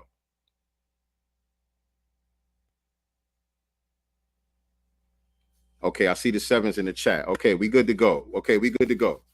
We good to go. So again, this is my brother Black Dot, Young Malcolm. Y'all make sure that y'all subscribe to them on YouTube at Urban X TV, the #1 father and son podcast on the internet. These my brothers right here. The thing about it is, man, and like I told them, we spoke behind the scenes. I let them know I was going to be responding to the video a little bit earlier today. And so the thing about it is this, fam, you know, we're not always going to agree on every single thing point for point. You know what I'm saying? And we're not supposed to. You know what I'm saying? If that's the case, iron ain't never going to sharpen iron if we all just agree on every single thing point for point and all of that, right? You know what I'm saying? We're going to have some friction here and there. You know what I'm saying? In order to make progress, in order for iron to sharpen iron and steel to sharpen steel. It's going to take some friction. You know what I'm saying? And so this ain't no disrespect. This ain't no type of shots fired or nothing like that whatsoever. Ain't nothing but love for my brothers. You know what I'm saying? I just disagree on some of the things that he was saying, and I'm going to expound on it. That's all it is. So let's get into it. Let's get into it. Fat Joe, Busta Rhymes, Pete Rock. I'll bring it back a little bit. Shit on my show. Because, you know, I said something about Yaki Awakening. He fucking him. Go. Crazy Legs, Fat Joe, Busta Rhymes. Can't do this, Get it brother. right to Everybody crowd around. Let me give a. All right, it should be coming up right here. Trying to We get it to got the right stop part. the violence, brothers, because it's not cool. The white man want to see this. That's man. true. Yeah, Lord Jamal's challenge. What do you think? Here we go. Lord Jamal has challenged Fat Joe, Busta Rhymes, Pete Rock, KRS, Crazy Legs, and all the heavy. I call this the Clash of the Titans. So all the Titans. He's called them out on a platform to discuss the origins of hip hop culture and who participated and who didn't participate. And I'm going to sit back. Again, I told you, this is above my hip hop pay grade. I will sit back and, and watch what transpires. But I've also said just this weekend, because Sonetta pressed me on that, I don't talk about that kind of shit. And I just said, look, Lord Jamal didn't tell one lie. He told the absolute truth. But from KRS One's perspective, I also said because he has the temple of hip hop, which has many denominations of different people, he has to take more of a political correct approach to, because you don't want to pull the legs out from under your congregation. It's like saying, going to the church for years, we've been teaching Jesus is real, and then you come in one day and say, Jesus, bullshit. Yeah. And so from KRS One's perspective, understanding, what this is. And so it's one of those things. But what my thing, and this is just me, the end result. See, Hold on, before we get to that part right there. Now, I don't know if Black Dot was saying that. I can't speak to his intentions. I don't know if he was saying that about KRS One having a temple of hip hop and he got to cater to the congregation and all of that. I don't know if he was saying that to give KRS One a pass or make an excuse for KRS One. What I'm saying is that makes it worse, in my opinion. That makes it more egregious, in my opinion. If you know what you're saying is bullshit, but you're doing it for your own selfish purposes to benefit yourself, you're willing to throw the whole culture away and give the whole culture away in order to benefit yourself for your own ego, because you want to be able to say that you are the teacher and you got the temple of hip hop and you want to have this this persona that you have cultivated and created for yourself. Proof, I can't respect it. If it's not based on, if you can't keep it a buck because you got people in your congregation who are going to get their feathers food, that's not my problem. That's not my problem, because if it's me and I'm in that position, I'm going to stand on truth. I'm going to speak truth to power, and who's meant to be here is going to be here. We're going to be, that's the truth is going to weed out the people that's not supposed to be here. We're going to be able to separate the wheat from the chaff, because you got people out here who are non-FBAs who act like they friendly, but they are really hostile enemies. These are people who are here to colonize us. And so I'm not going to tell a lie to appease the colonizer. No, we're going to have to stand on truth. And the truth is going to expose the colonizers. So that's what KRS is doing. I can't give a piece of my opinion. I'm at a stage where I want to know what once it's proven beyond a shadow of a doubt that it's black music, now what? Because we don't own it. Yeah. You know what I mean? And I don't care how much y'all try to push that up under the rug. We haven't owned hip hop since 1978, in my humble opinion, when it was free to go into the parks and enjoy it. The minute we started signing contracts of what we knew nothing about, the transfer of power, if there was any transfer of power, took place then. This is also what I'm going to say, and I don't want this to be taken the wrong way. Never let anyone... Before we get to that, let me respond to what he just said. Let me respond to what he just said about us not owning hip hop. I disagree with that. I don't agree with that statement. And again, God is in the nuances, family. I have to say that God is in the nuances. Because on the surface, that sounds like a true statement. On the surface, he's basically saying, yeah, you know, once we get to the bottom of it and it's proven beyond a shadow of a doubt that it is black music, then what? Because we don't own it. We haven't owned hip hop since 1978. What Black Dot is referring to is the music industry, the rap industry. That's what the Black Dot is referring to. This conversation, again, like I said earlier, is not just about rap music. This conversation is about our culture. And so the music industry doesn't own our culture. Our culture is our culture. They own the rappers that they sign to these labels. They own the masters to their music and all of that stuff. But look, I'm an MC. I'm not signed to no major label. They don't own my music. I own my own music. What I do is hip hop. They don't own that. They own what they own within the confines of the music industry. But our culture is not confined to the music industry. Hip hop is bigger than rap music. Hip hop is who we are. It's everything that we do. The way that I dress is hip hop. The way that I speak is hip hop. The way that I make my bed is hip hop. The way that I walk is hip hop. Everything that I do, the way that I drive my car is hip hop. Hip hop is the energy that emanates from us. You know what I'm saying? Hip hop is not the entirety of black culture. Black culture is diverse. Hip hop is one aspect of black culture. And so those music executives don't own that. They don't own the way I drive my car and the way that I speak, my swagger and all of that. All of that is hip hop. That's what hip hop is.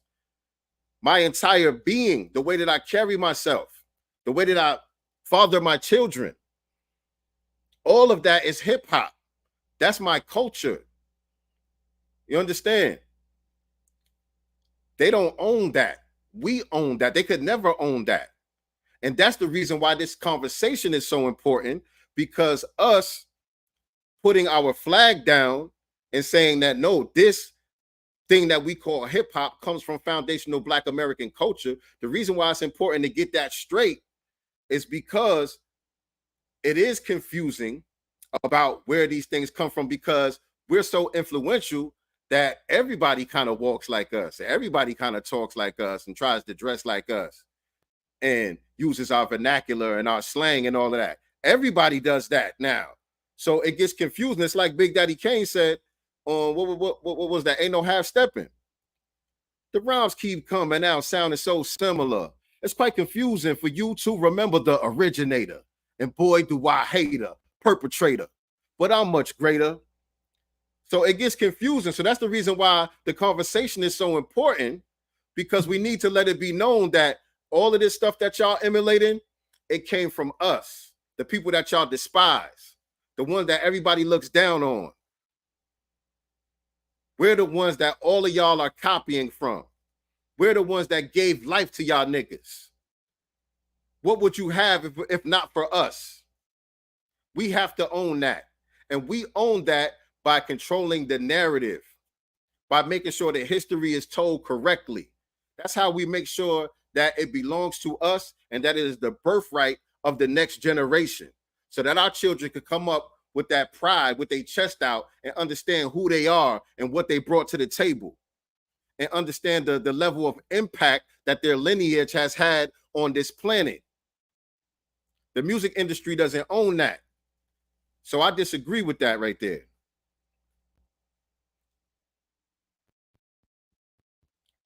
Let's go. Hold on a second. Let's go. Let's carry on. Rob you of your authentic experiences when it comes to hip hop. So right here, he's talking to the Puerto Ricans and the Jamaicans. He's saying, don't allow anybody to rob you of your authentic experiences when it comes to hip hop. So that's what he's saying right here. Listen up. And your authentic experiences, I'm talking about if you was making Paul's tapes, if you was doing graffiti, belt buckles with the name on it, gazelle glasses, mock necks, overlaps, AJs riding around in $3 OJs, playing the music, pigeon coops on tenant roofs, all of those things that had nothing to do with money or fame. And the bonds that you made during those times, because the connection between the brothers and the Latinos during that era, we only bonded over the music. Sure, our parents were still racist. You know what I mean? Puerto Rican parents and black parents. We only bonded over the music, and nobody knew where this thing was heading. So we didn't come into it saying, chill, you Spanish, chill, you Jamaican, you can't. We just bonded. So God is in the nuances, family. We got to break some of this down. And let me bring it back. Hold on. Let me bring it back. Comes to hip hop and your authentic experiences. I'm talking about if you much y'all try to push that up under the rug. We haven't owned hip hop since 1978, in my humble opinion, when it was free to go into the parks and enjoy it. The minute we started signing contracts of what we knew nothing about, the transfer of power, if there was any transfer of power, took place then. This is also what I'm going to say, and I don't want this to be taken the wrong way. Never let anyone rob you of your authentic experiences when it comes to hip hop. And your authentic experiences, I'm talking about if you was making Paul's tapes, if you was doing graffiti, belt buckles with the name on it, gazelle glasses, mock necks, overlaps, AJs riding around in $3 OJs. So again, all of that is hip hop. He's explaining the same thing I was explaining about it being bigger than just the music. All of that is hip hop, and I know that he understands that. But sometimes when we're live, when we're broadcasting live, and we shooting from the hip, sometimes we overlook certain aspects of the conversation, and sometimes we oversimplify things and narrow things down a little bit too much. So I think that's what was taking place here. I'm not saying that Dot doesn't understand what hip hop is, man. I got Black Dot's book shit right here somewhere. Is this it over here? Yeah, I got Black Dot's book right here. Urban Culture Decoded. And I have used this book plenty of times to create content and break down certain aspects of hip hop, certain aspects of the culture. So I know Black Dot understands what the culture is. There's no denying that. There's no disputing that. But I'm just saying sometimes when we get on here, like I said, we live and we spitting, we trying to make a point. Certain things don't get broken down the way that they should be. And that's why I'm here to add a little bit of nuance to the conversation. And so what he's saying there, I don't really have a problem with that. He said to the Puerto Ricans and to the Jamaicans, don't let anybody rob you of your authentic experience when it comes to hip hop. I agree with him, and that's not what anybody is attempting to do. That's not what this conversation is about. That's not what I got out of the documentary Microphone Check. That's not what I got from anything I heard from Lord Jamar. That's not what I got from anything that I heard from Truth Savior or some of the original OGs, Phase One, Trixie, Coke LaRock, and brothers from the original era, from the early 70s, who are speaking out against this. I haven't heard anything that they've said that was trying to rob Puerto Ricans or Jamaicans from their authentic experience with hip hop. They are entitled to their authentic experience with hip hop, but they must pay respect to where it came from. They must pay respect to where it came from. The same way that when Johnny Nash, foundational Black American artist who made one of the biggest Jamaican records, I can see clearly now, The Rain Is Gone, one of the biggest reggae records of all time, the biggest reggae record at the time when it came out. The same way he didn't try to take credit for Jamaican culture or for reggae music, the same way he paid homage to the people of Jamaica that inspired him to make that song and to write that song. He gave credit to where it came from. He didn't try to take the credit for himself and say, well, yeah, this is my culture too. I contributed to it too. I participated. He didn't do that. None of that disrespectful shit. He paid homage and respect to where he got it from. And that's the same thing that the Puerto Ricans and the Jamaicans got to do. That's all. That's what the conversation is about. It's not about robbing anybody of their authentic experience. You know what I'm saying? A lot of them do have an authentic experience with our culture, but it's still our culture. Let's carry on. Playing the music, pigeon coops on tenant roofs, all of those things that had nothing to do with money or fame. And the bonds that you made during those times, because the connection between the brothers and the Latinos during that era, we only bonded over the music. Sure, our parents were still racist. You know what I mean? Puerto Rican parents and black parents. We only bonded over the music. And now, again, that's something that part of it is overstated, and the other part of it, I agree with it wholeheartedly. So when he says, at that time, the blacks and the Latinos bonded over the music, that is a bit of an overstatement, because there were only certain Latinos who came around and bonded with us with the music and with the culture. It wasn't a black culture and a Latino culture embracing each other side by side. For the most part, the Latino culture rejected the black culture and looked down on the black culture. It was only the rebellious ones who embraced the culture and took on that authentic experience with the culture. So we can't attribute it to Latins overall. We can't contribute it to Latin culture at all. We can talk about those specific handful of Latinos who came to the parks and got down with what we had going on. We can give them their props and their credit for participating and let them own their authentic experience with the culture. But we can't attribute, just because those few handful of people showed up, that doesn't give credit to their entire lineage and their entire culture. So that was a bit of an overstatement to say that.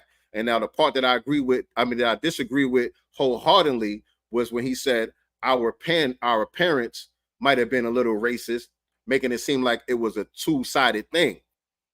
That wasn't the case at all. That wasn't the case at all. I never heard my mother or my grandmother or any of the elders in my family talk down about Puerto Ricans or Jamaicans or anybody else for that matter. Foundational Black Americans, we are the most welcoming of all the people on the planet. We embrace everybody. We welcome everybody. And that has been part of the problem. We've never, and I know he's using the term racism. I don't want to get into, black people can't be racist and all that. I don't want to get into that because I don't think that's what he means. Again, like I said, sometimes when we live and we shooting from the hip, the terminology, might be a little loose or whatever the case may be. So I don't think he's really talking about racism. We all know that racism is a systematic thing, but he's referring to like a bias or a prejudice, you know what I'm saying? But the thing that I'm disagreeing with is that was a two-way street.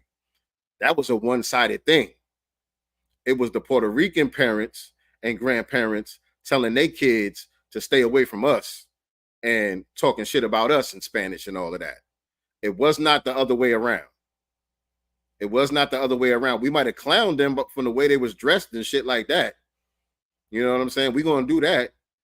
But we didn't have anything against them because they were Puerto Rican or because they were Caribbean. There was nothing against them just because they were from a certain place or because they spoke a certain language. No. But they had anti-Black American sentiments in their culture. Anti-Black sentiments, period, because they were practicing anti-Black racism back in their homelands. They were racist against the Black people in Puerto Rico. And so when they came over here and got around us, they just brought the same racism with them. You know what I'm saying? But it was not a two-way street. Our parents did not get down like that at all. Yes, we FBA never had bad sentiments about other races or ethnic groups. Facts. All you have to do is see what side has their own racial slurs.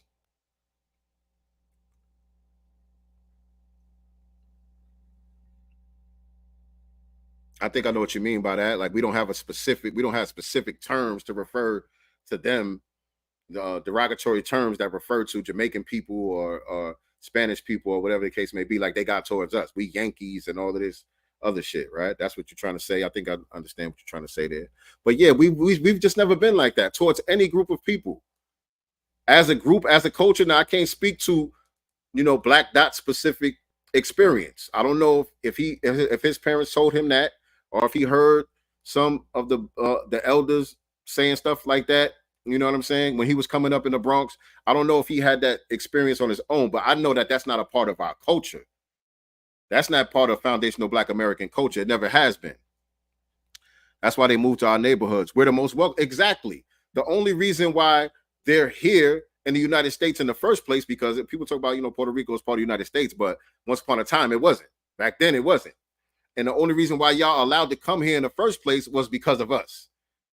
Because we made a lane. We made it possible. We stood up to this government over here to create policies and immigration policies and all of that to give y'all a lane to be able to come over here in the first place. We wouldn't do that if we had these sentiments towards your culture. We would never have done that. The reason why you here and in our neighborhood specifically is because we're so welcoming.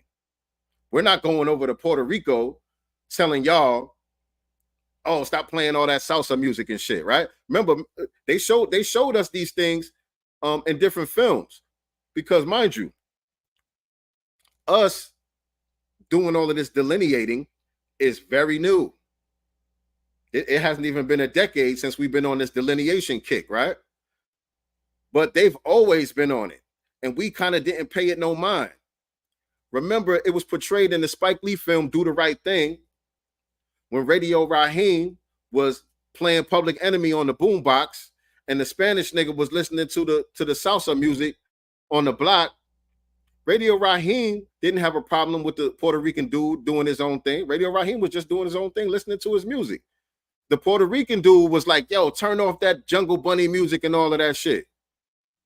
That wasn't a two-sided thing. They felt a way towards us. We didn't feel a way towards them. We was just doing our thing. We wasn't telling them turn down. They coming over here to our country, moving in our neighborhoods, telling us to turn off our music. How disrespectful is that? You know what I'm saying? On the West Coast, and movies like Menace to Society and all that. Was that Menace to Society? Yeah, it was Menace to Society when they when Old Dog and them got locked up and they dropped them off on the other side of town with the essays and all of that so they can get fucked up. You know what I'm saying? So we kind of knew what it was, but it just wasn't something that we paid no attention to. We didn't really pay no mind to it. You know what I'm saying? We still was on this black and brown thing. We all in this together and shit. For a very long time, we was on that. You know what I'm saying? Even though these people had vitriol towards us. You know what I'm saying? In the movie Sugar Hill, going to the Africans. In the movie Sugar Hill, when they was trying to do a deal with the Africans and all of that, and the Africans was like, nah, we can't really do business with you Okadas. We can't really do business with you Okadas. That's a classic film. That's a classic FBA film. That if you from the 90s and all of that shit, you watch that movie 100 times.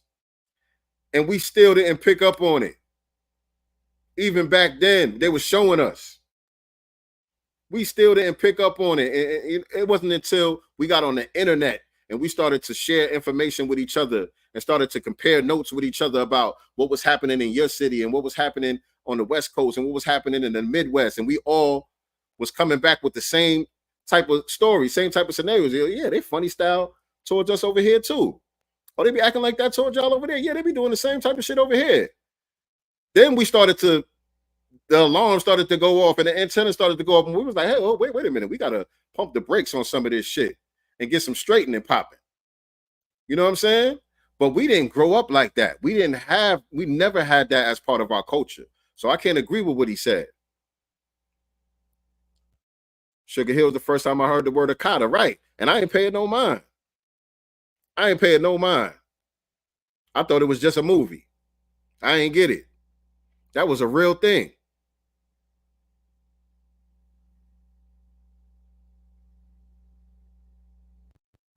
Nobody knew where this thing was heading. So we didn't come into it saying, chill, you Spanish, chill, you Jamaican, you can't. We just bonded over the music.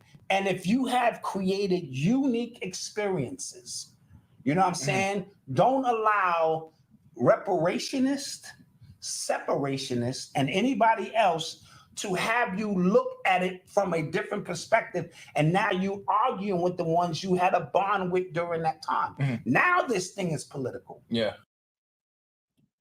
So it shouldn't be an argument unless you have an issue giving props to the foundation that it comes from.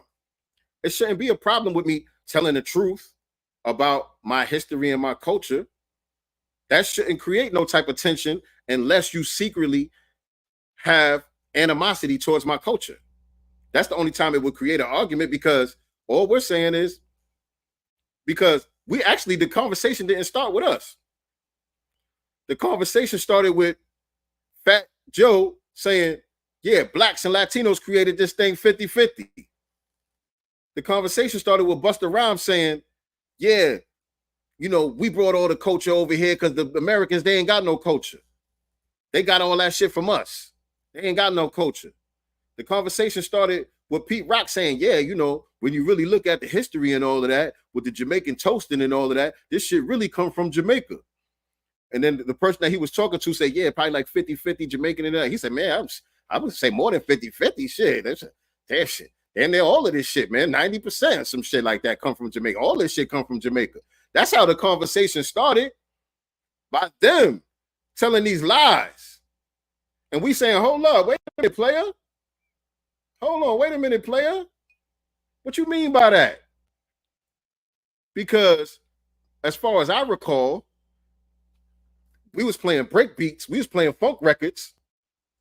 That it wasn't, y'all ain't have no funk records in Jamaica. Y'all ain't no break beats in them Jamaican records and all of that shit. We had somebody named Pigmeat Markham. We had somebody named Dolomite. We had Muhammad Ali. We started pointing to the people who were before hip hop, who preceded hip hop, who were doing some of the same things that became a part of hip hop, and saying, what y'all mean? We got it from y'all. We started to just correct what they were saying. So if they're offended by us doing that, then that tells you a lot about who they are. That tells you a lot about their mindset. And so we need to speak this truth to expose the people who think like that. We need to speak this truth. We have to tell the truth to expose who are the enemies amongst us, who are the tethers amongst us. Is the reason why we use that term tether. Because for a long time, nobody even knew Busta Rhymes was Jamaican. He said it himself in an interview that he hid that. He was kind of ashamed of it. He blended in with us as a tether until he said the Puerto Ricans threw a battery in his back when Pun and them came through and they started throwing up the Puerto Rican flag and showing pride and being Puerto Rican, which there's nothing wrong with that. You should be proud of who you are. Busta Rhymes, you never had to hide who you were. It wouldn't have made a difference if we knew you were Jamaican. Nigga, you had skills. You nice.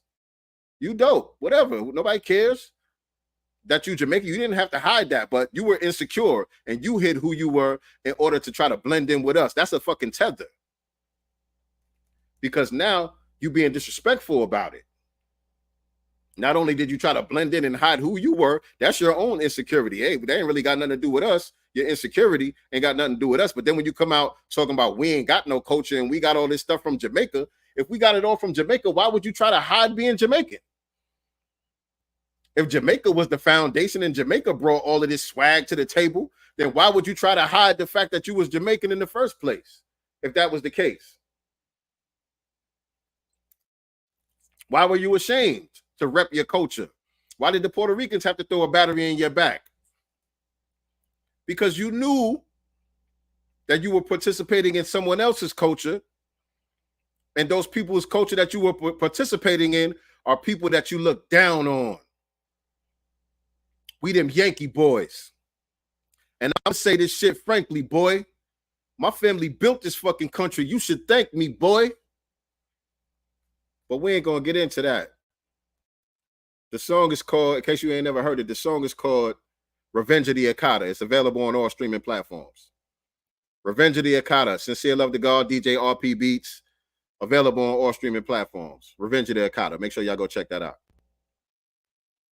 So if you look at hip hop from 1977 through a 2024 lens with all of the separation going on now, obviously you at war. But if you... We are separating from the tethers and the colonizers. Yeah, we separating from that. Yeah, we are separating from that. Power is not about being inclusive. Power is about being exclusive. So yeah, we separated. We separationists. Yes, we are separationists. I don't want to be together in unity with a bunch of anti-black tethers. No. Cannot give me a unique experience if you wasn't in Cedar Park. If you wasn't in the 9 projects, if you wasn't in Bronx River, if you didn't wasn't in the trenches in the 70s, in the Bronx in particular, then there's nothing you can really say. And that's where the argument is going left. Because what I'm seeing is is tapped into our like real tribalistic aspect of us. Obviously, humans are naturally us versus them, no matter what. Like, you can put us anywhere, and it's always just kind of this group versus this group. So when you create like platforms around it, obviously people are just gonna take issue to what is going on. Right. So, and this is what I don't like too. This is like, and no offense, but I don't care. I don't care. If you're not from the Bronx, you don't understand the culture. Like, you just don't get it. Like, because somebody just said New York is always giving Hispanics a pass. We just live next door to each other. That's just how it is. I don't judge people from LA for beefing with Mexicans. Our Mexicans here are this big. It would never be a thing. But I watch documentaries and interviews talking about y'all gangsters are scared of Mexicans out in the prison. I don't talk about that. Absolutely. We don't have beef with Mexicans here. And so what I'm trying to explain to people is... All right. So we got to touch on some of that. Hold on.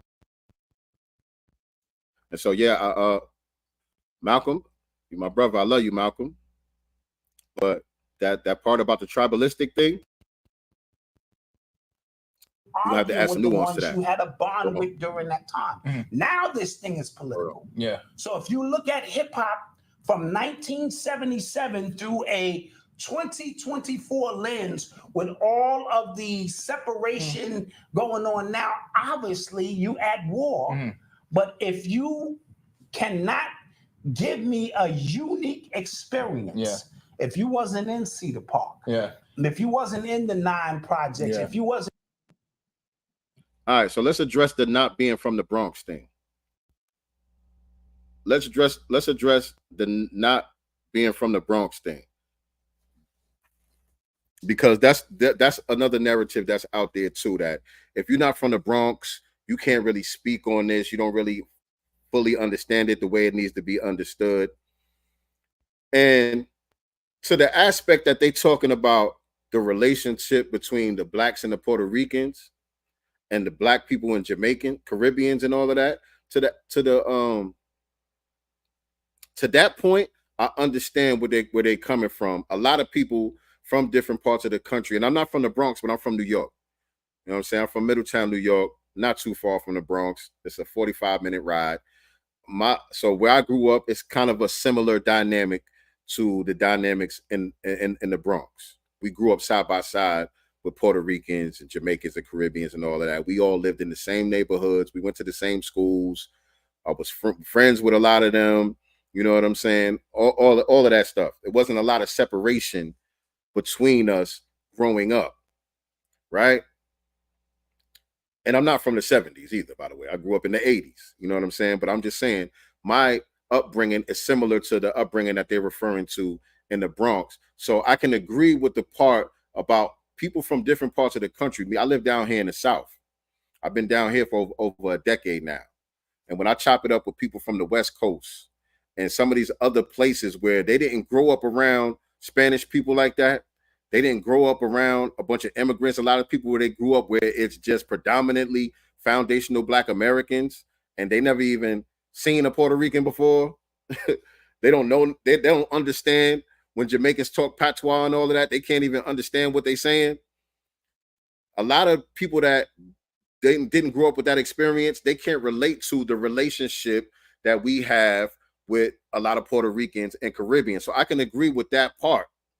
But to say that you can't speak on the origins of hip hop unless you're from the Bronx, that I disagree with. That I disagree with wholeheartedly, because number one, hip hop, when we're talking about the origins of hip hop, now when you're talking about the development of the movement, that took place in the Bronx. The development of the movement of hip hop, where all the elements came together under one umbrella and became this movement that morphed into this thing that we now call hip hop. That is something that is unique to the Bronx. That specific, if you want to call it an origin story, is unique to the Bronx. But the elements that went into that experience, that alchemy that took place in the Bronx, were already a part of foundational Black American culture prior to that. The people that were participating in that, the youth that was participating in that in the Bronx, the majority of them came from the South. Their family came from the South. The elements that they brought into the parks and into the rec rooms and all of that were elements that they brought from inside their house, from inside their apartment. That came with us from the South. So that's what the conversation is about. The conversation is not just about what happened in the Bronx and who did what. It's deeper than that. The conversation is about what are the roots of what happened in the Bronx. You know what I'm saying? Where did the inspiration come from for these kids to bring these elements together and do what they did in the Bronx? That's what the conversation is about. That's what the documentary is about. That's what the heart of the matter is, because that's what we have to understand when we're speaking about culture, right? Where does it come from? What was it passed down from? Our culture is passed down to us. You know what I'm saying? Hip hop didn't magically appear in the Bronx out of thin air. Like nothing existed before that. And then there was this big bang that took place in Cedar Park. And now we got hip hop. No, the origin story is deeper than that, because all of those elements can be traced back to the South, where foundational Black American culture is rooted. So that's the reason why I disagree that you have to be from the Bronx to speak on this. You don't. The people that they were inspired by to do what they did were not from the Bronx. James Brown is not from the Bronx. Pigmeat Markham is not from the Bronx. Dolomite is not from the Bronx. Muhammad Ali is not from the Bronx, right? George Clinton, Parliament Funkadelic and all that, they not from the Bronx. You know what I'm saying? So it's not about being from the Bronx in order to be able to speak on this topic. I don't agree with that. And being from that era either. Some of us are too young. We weren't there and all of that. I get that, but there's a such thing as history. You can do scholarship and trace back the roots of something that you weren't there for. That's like saying we can't speak on ancient Egypt because we wasn't there. No, we can study, we can read up on, we can go and visit, and you know what I'm saying? Get into the science and the history of what took place during those ancient times and how it relates to us now. We can do that. We don't have to, it's not that we had to have been there in order to speak on it. You know what I'm saying? We could talk about slavery that took place here in the United States and the American South. We could talk about things that were happening on the plantation back then and how it affects us today, even though we weren't there. Even though we're not old enough to have been there. We're not old enough to have gone through Jim Crow or whatever the case may be. I never been on you know, a segregated bus or a segregated lunch line or something, or drunk from a colored only water fountain, but I can speak on that experience because I studied the history. I didn't have to be there to be able to speak on it. And hip hop is not an era, it's a living culture. Facts. Said facts. We didn't all grow up around foreigners in mass, but it doesn't matter about the origins when speaking truth to power. It's a non sequitur. That's true. But I think what they was trying to refer to was, it was some people in the comments. So let me again, God is in the nuance too. So let me be clear about that. I think when they started to talk about the unique experience as far as the relationship between blacks and Latinos in the Bronx and Jamaicans in the Bronx and all of that, they were responding to what some people were saying in the chat about New York niggas always giving Latin people a pass or whatever the case may be. People were saying shit like that in the chat, and they were responding to that. So I don't think they were using that to try to justify anything as far as the origins of hip hop, to be clear. And in Bronx River, if you didn't wasn't in the trenches in the 70s, in the Bronx in particular, then there's nothing you can really say. And that's where the argument is going left. But it's only going left because the people that want to colonize our culture are offended that we are standing on business. That's the only reason why it's going left. Was telling the truth. That's not our problem. That's their problem. So if that, make it be a hard left. What I'm seeing is is tapped into our like real tribalistic aspect of us. So obviously, humans are naturally us versus them, no matter what. Like you can put us anywhere, and it's always just kind of this group versus this group. Right. So when you again, God is in nuances. On the surface, that seems like a logical statement, a rational statement. You know, humans are naturally tribalistic, and you know, you put us in a situation, it's always going to be this group versus that group. But a God is in the nuances, because when you look at foundational Black American culture, we are a very unique people. We not like everybody else, and they not like us. I think we are the only people. There may be some other people out there that I don't know about. I don't know their culture, the intricate details of some of these other people's culture, but none that I can think of are like us in the way that we are the most non-tribalistic group ever. Black Americans are the most non-tribalistic group, or have been. We starting to catch up with everybody else now and realize the importance of tribalism to a certain degree. We starting to catch up now, but we have been the most non-tribalistic people on the planet. We literally welcome everybody, including our open goddamn enemies. So I'm not saying that that's a good thing, but that is something that is very unique to foundational Black American culture. Everyone else is very tribalistic in that way and have that us versus them mentality. We're the only ones that open up the gates for everybody. Come on in. No problem. This is for everybody. Now, I think that's something that's written into the code of our DNA historically, right? Because if you read some of the diaries from like Christopher Columbus, Balboa, and some of the Spanish explorers and the European explorers, colonizers that came over here in the 1400s and all of that stuff, when they first came in contact with the indigenous people of the Americas, that's how they described us. They talked about, damn, well, they so friendly. I wonder why they so welcoming. We was just, hey, come on in. We invited them to dinner. Like John Henry Clark was saying, we invite everybody to dinner.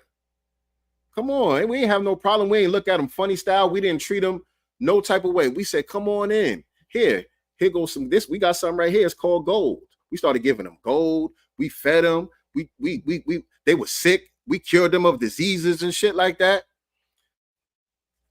Christopher Columbus and them niggas was scratching their head. They was like, we are the most humane people on the planet, family. We suffer from our own humanity. They didn't understand that shit. They was like, what the hell is going on here? Because they came over with a warlike culture. They came over with a warlike mentality. It was about seek and destroy and conquer and take over, rape and pillage and take. That's the mentality that they came over with. So when they came in contact with us and we were just like, hey, come on in, they was confused. Like, what the hell's up with these people? And they was writing in their diary. They were suspicious because they was like, oh, these people are so welcoming. What the hell is going on? I don't know if I should eat this turkey leg. This shit might be poisonous or something. They was a little skeptical because we were so nice and welcoming. So that shit must be written in the code of our DNA somewhere. You know what I'm saying? But we are the only group, Malcolm, that hasn't been like that. So again, that's not a two-way thing. We didn't treat them no type of way. We never did. That's the reason why we having this problem. Because maybe we should have. When you create like platforms around it, obviously people are just gonna take issue to what is going on. Right. So, and this is what I don't like too. This is like, and no offense, but I don't care. I don't care. If you're not from the Bronx, you don't understand the culture like you just don't get it. Like you just, because somebody just said, New York is always giving Hispanics a pass. We just live next door to each other. That's just how it is. I don't judge people from LA for beefing with Mexicans. Right. Our Mexicans here are this big. It would never be a thing. But I watch documentaries and interviews talking about y'all gangsters are scared of Mexicans out in the prison. I won't talk about that. Is that true, West Coast? Where my West Coast people at? Is that West Coast? Y'all scared of the essays out there? Absolutely. We don't have beef with Mexicans here. And so what I'm trying to explain to people is nowadays, if you look at it, I just got finished saying, if you're going to look at it through the lens of today, then you can easily say, how can I give somebody a pass who live right next door to me, who I b-boy with, who I broke with? I know Puerto Ricans, let me tell you, and I'm just speaking for me. I know where the bodies is buried. To this day, if I called them, they on point. Now, I've also said it's black music, so we're not going to argue that point. It is black music, but I'm trying to give you perspective on the Puerto Ricans and Jamaicans who were participating before this became about the celebration of hip hop. They had no ulterior motive. We just came outside and did what we. And that's true. That's the reason why we talk to most of the Puerto Ricans and Jamaicans that were there during that era. They're not the ones that's out here pushing this false narrative. They're not the ones that's out here lying for the most part. Now, I was building with one of the guards the other day, and he kind of talking about how he had a problem because Kool Herc is not coming out to clear things up. Kool Herc is kind of staying quiet. Kool Herc hasn't come out and made those type of claims. We know, there's some interviews of him back in the days, admitting that it's a Black American culture and that it didn't come from Jamaica and all of that. But with all this conversation going on now, Kool Herc hasn't really said anything. He hasn't really come out to clear things up about, where he got from, and what I'm saying, where he got his stuff from and who culture it is and all that. And so him staying quiet is kind of him being complicit, is how the guard was saying he felt about it. You know what I'm saying? So I get that as well. But for the most part, what I'm saying is the Puerto Ricans and Jamaicans who were there when Lord Jamar had Charlie Chase and Whip a Whip and some of the Puerto Ricans on the platform, they all told the truth. And there's other interviews with them where they're telling the truth, like with no problem. They have no problem saying what it really was. So he's absolutely right. In the beginning, the ones that were out there participating, there was no ulterior motive. There was no ulterior motive. But along the lines, like Malcolm pointed out, once platforms got built around it, and now it's going to the Olympics and it's being monetized in different ways, Some of these people do have ulterior motives. That's the reason why we can pull up clips of Crazy Legs in the 80s saying that's that Moreno style, talking about how he got breakdancing from people and how the Puerto Ricans were saying that's that Moreno style when he started doing. We could pull up clips of Crazy Legs saying that in the 80s, and now he's trying to say some whole other shit because there's ulterior motives now. So maybe there was none back then, but there is now. And that's why it's necessary for us to get some straightening. He did. Where in other places where everything, even in the South, with a little bit more, just a ton of black people, you would not understand the experience. Now, with that being said, today it's a lot different. We got an amalgamation of everything here, so the relationship is different. Most of you are not even old enough to understand what being in the park in 1975, 1976, and 1977 was. Right? And I'm gonna say this, and this is not a knock on Tariq Nasheed, because I don't know what his intentions were. I cannot go to LA and do a documentary on Bloods and Crips and not be of the soil. Now, I can have all my facts right. I can interview all the right people. But if I'm not second, third, fourth generation Blood or Crip to know what that experience is like, it's a little bit different. Right? So when he comes here and he ain't never been to a jam a day in his life in the park, he ain't did graffiti on that level, he ain't never b-boyed in the street and know what that is, and he's, interviewing individuals, sure, on the surface, because he didn't lie in the documentary, or at least from what I could tell, he interviewed the right people, and I said that from day one. However, there's another element to it when you are of the experience, where he would automatically know in the Bronx, if nowhere else, the Jamaicans, the Haitians, the Puerto Ricans, and foundational Black Americans had a different gumbo going than. Right. And so I want to say this. And so, yeah, I disagree about the if you're not from the Bronx part. Again, I already said why I disagree with that. The if you're not from the Bronx thing, to me, doesn't really hold up like that. But this is what I want to say to some of y'all. And I don't know if some of y'all are in here right now, but I know that there are many people who are a part of this movement, this delineation movement, this foundational Black American movement. Many of y'all who are tapped in with New Black Media and are, tapped in with us getting some straightening as far as this hip hop conversation is concerned. Many of y'all, not all of y'all, but many of y'all are just automatically offended anytime anybody disagrees with Tariq Nasheed or Jason Black or Professor Black Truth or anybody like that. So anybody say any word of disagreement with them, you automatically putting them on the coon train or on the tether train. You start checking headlines and all of that shit automatically. You know what I'm saying? And to me, it's like we got to be a little bit more mature than that. That's kind of immature in my opinion. You know what I'm saying? We're not going to all agree on things point for point. It's just like me here disagreeing with the black dot. You know what I'm saying? It doesn't make me better than the black dot or make him, piece of shit or this, that, and the third or nothing like that. We don't agree on everything, and we're not supposed to agree on anything. If you agree with everything that somebody says, something is wrong. Something is wrong. And some of y'all come across like that, like real fanatical when it comes to people like Tariq Nasheed and all of that. Some of y'all, it's like, dude, did you never disagree with something that Tariq Nasheed said?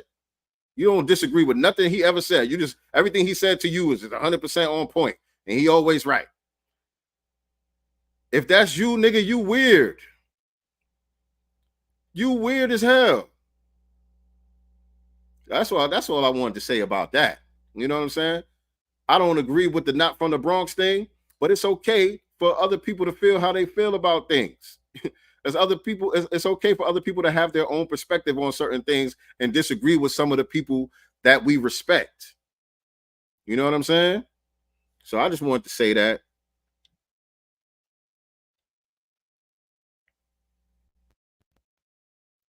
anywhere else in the world. So I don't know if the Bronx just became that place where we all landed and did what we did. And those who are 50 and over, they know what I'm talking about. Right? And so if I've been b-boying with you since 77, and now a documentary comes out and we looking at each other sideways over something that ain't got nothing to do with us, that's the crazy part. So this is what I mean when I say don't let nobody take away your authentic experiences that belong to you, no matter where you from. If you gang banging on the West Coast, you can't. And so again, I don't think you got to be 50 or older, because I'm under 50 and I can relate to what he's talking about. I've had that experience growing up in New York. I grew up side by side with the Puerto Ricans, just like he said. Mad cool with a lot of Puerto Ricans, mad cool with a lot of Jamaicans. Got Puerto Ricans and Jamaicans that I look at as family. We might not be blood, but there's Puerto Ricans and Jamaicans that I consider family, very tight with them. And so when the documentary came out, or when the conversation came about, it didn't make me look at any of them funny style. I didn't look at none of my Puerto Rican friends funny style because this conversation came about where we had to do some straightening. I didn't look at none of my Puerto Rican homies funny style or none of my Jamaican homies funny style.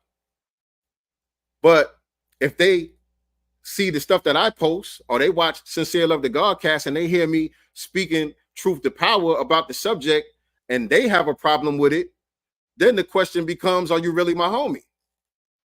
That's not my problem. I'm not saying nothing to diss Jamaicans or to diss Puerto Ricans. I'm just saying the truth about my own history and culture.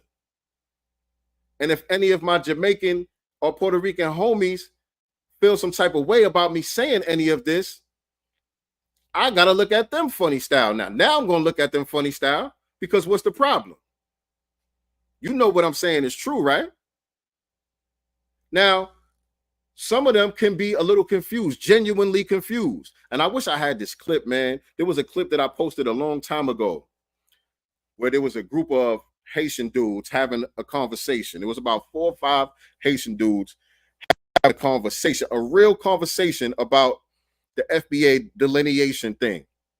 And one of them said to the other ones, he was like, yo, when you first realized, and I'm paraphrasing, but he said to the group, he was like, yo, when you first realized that this isn't your culture, talking about hip hop now, and talking about basically talking about hip hop culture.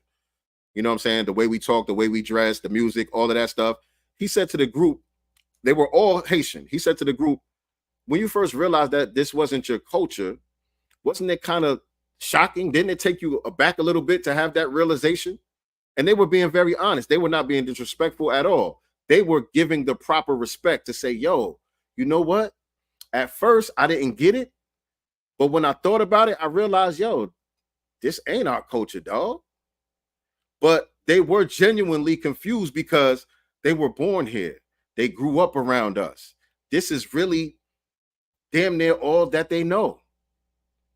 They are so much influenced by our culture, they can't remember a time when they weren't practicing it. So it seems like it is their culture because they grew up the same way we grew up. They have our Black American experience growing up here because since they were born, they lived right next door to us. They were going to the same school as us.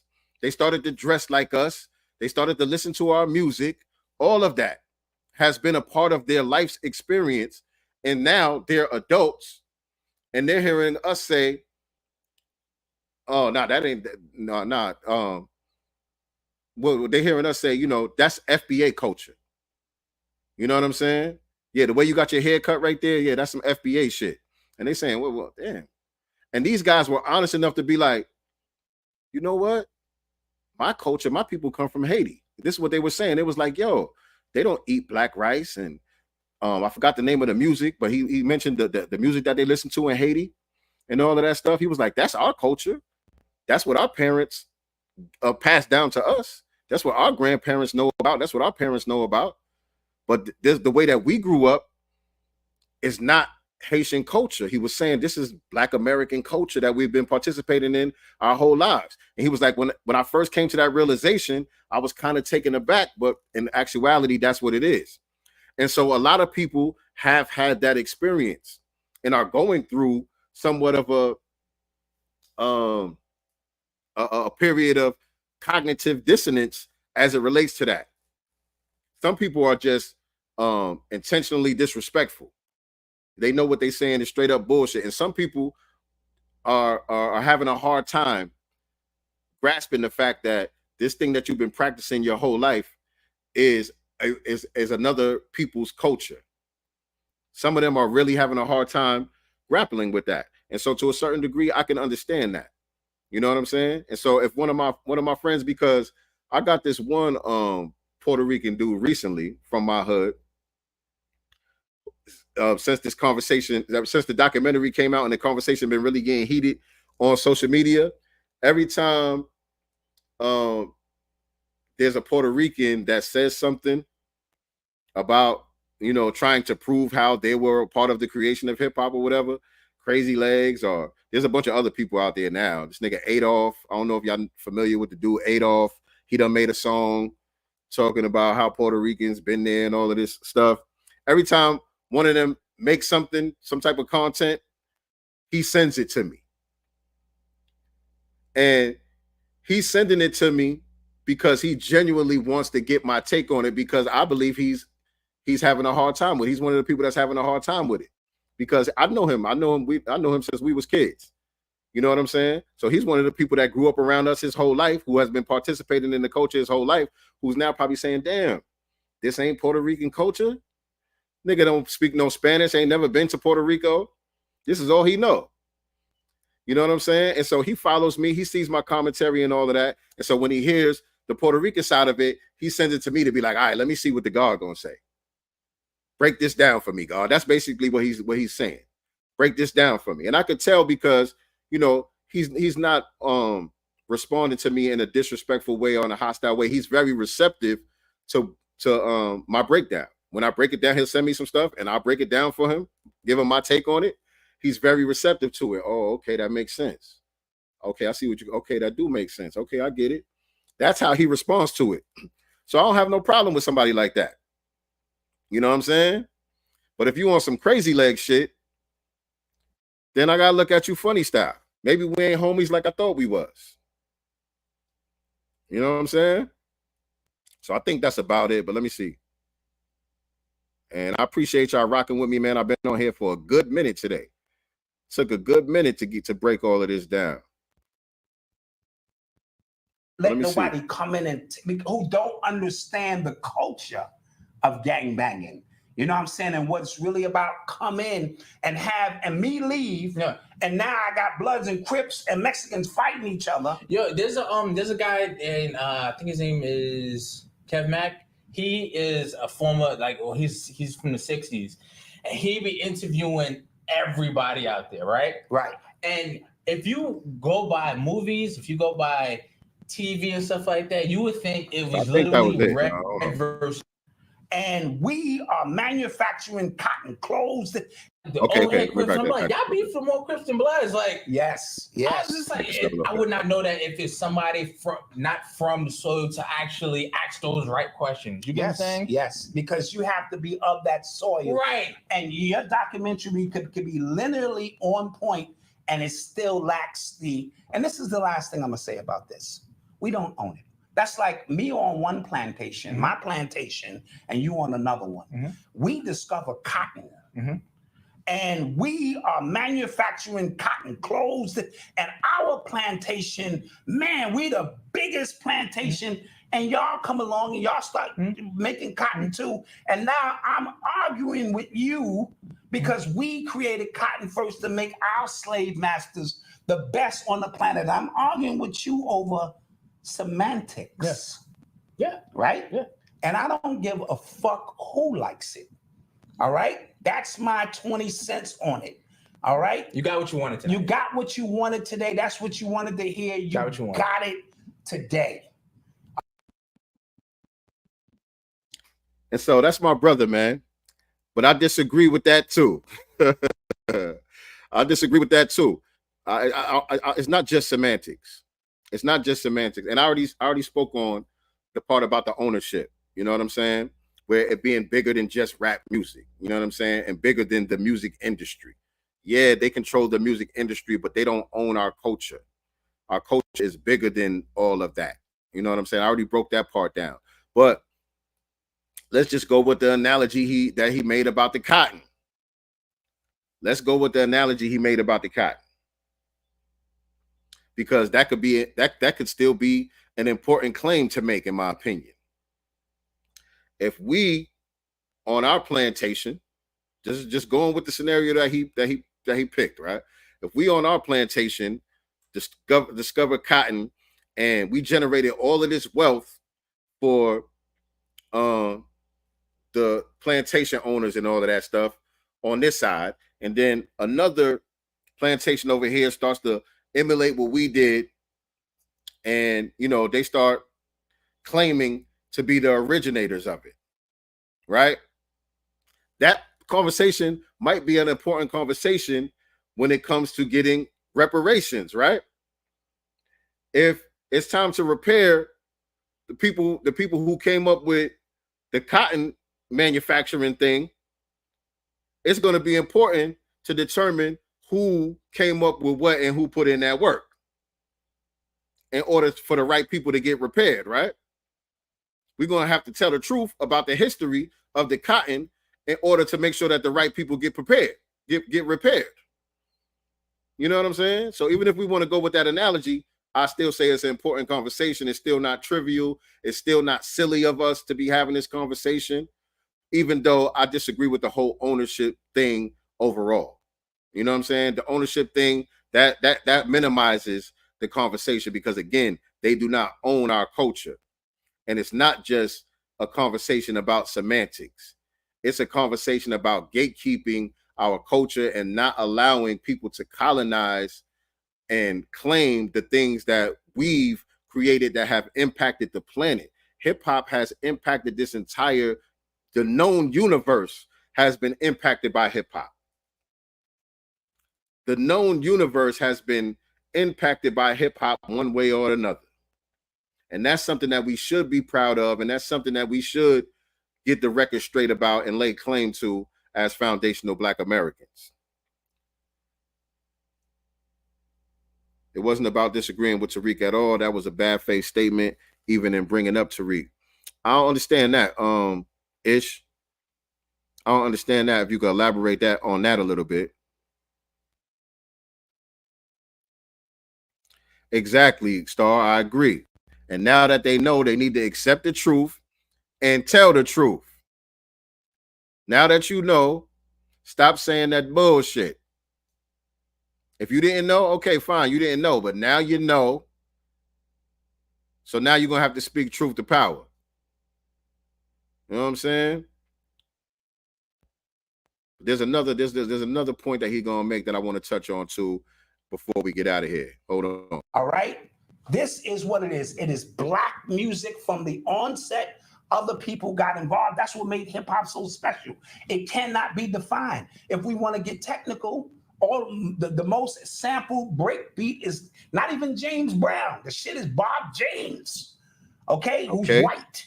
A lot of them breakbeats was from white band members. Okay, all of them, Apache and all that shit was going on in the park. So it was a gumbo, and the environment, right? Because we're talking about art. The environment created a situation. And so this is why Puerto Ricans are saying, well, we wasn't there when the seed was planted, but we helped water it and do some other stuff. And so don't forget us. And that's not what the documentary is saying. It's just saying the origins of it. And so we get into this thing where we don't hear things. We're not hearing. No, they're not saying.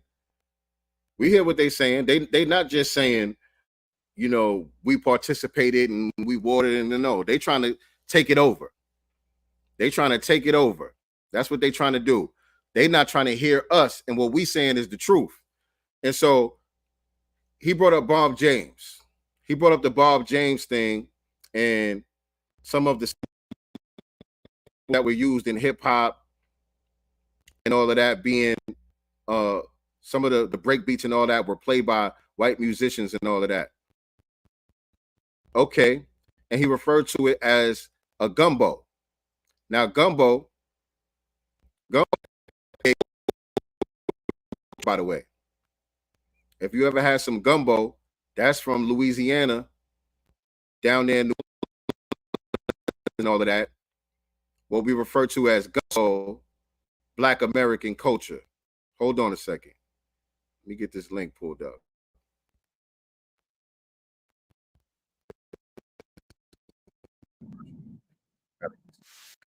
That commercial. Close that. Skip that commercial right there. All right. So I want to show y'all this. But gumbo is also FBA culture, by the way. Right? And so hip hop, by definition, is gumbo. Because hip hop is based on sampling. Right? Because why? Because it came about as a necessity because we didn't have any instruments, because they took all of the music programs out of the schools and whatnot, right? And so we had to create based on things that were already in existence. We had to take elements from things that were already in existence and create something new. So sampling is a part of hip hop, not just sampling records to make beats. That's something that we do in hip hop, but sampling, period, because we borrowed things from all different places and made something new out of it.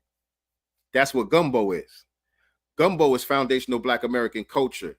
Hip hop is foundational Black American culture. And by definition, hip hop is gumbo because we sample from all different, we pull from different sources in order to put everything in one pot to make something unique and new. That's what hip hop is, right? And so bringing up Bob James and some of the other white musicians, to me, is a moot point, because even them, even although the musicians might have been white, they were playing Black music. Bob James, yeah, it always gets choppy when I start to share the screens and all of that. I should be good right now. That's the whole thing, is about them colonizing hip hop like their Spanish ancestors tried with everything else. Facts, Ish. Facts.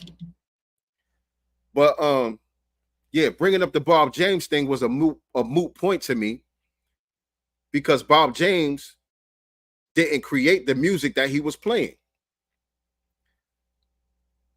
Let's hear from Bob James.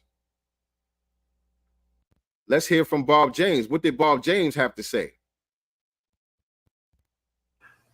Black lives matter. Black lives matter to me.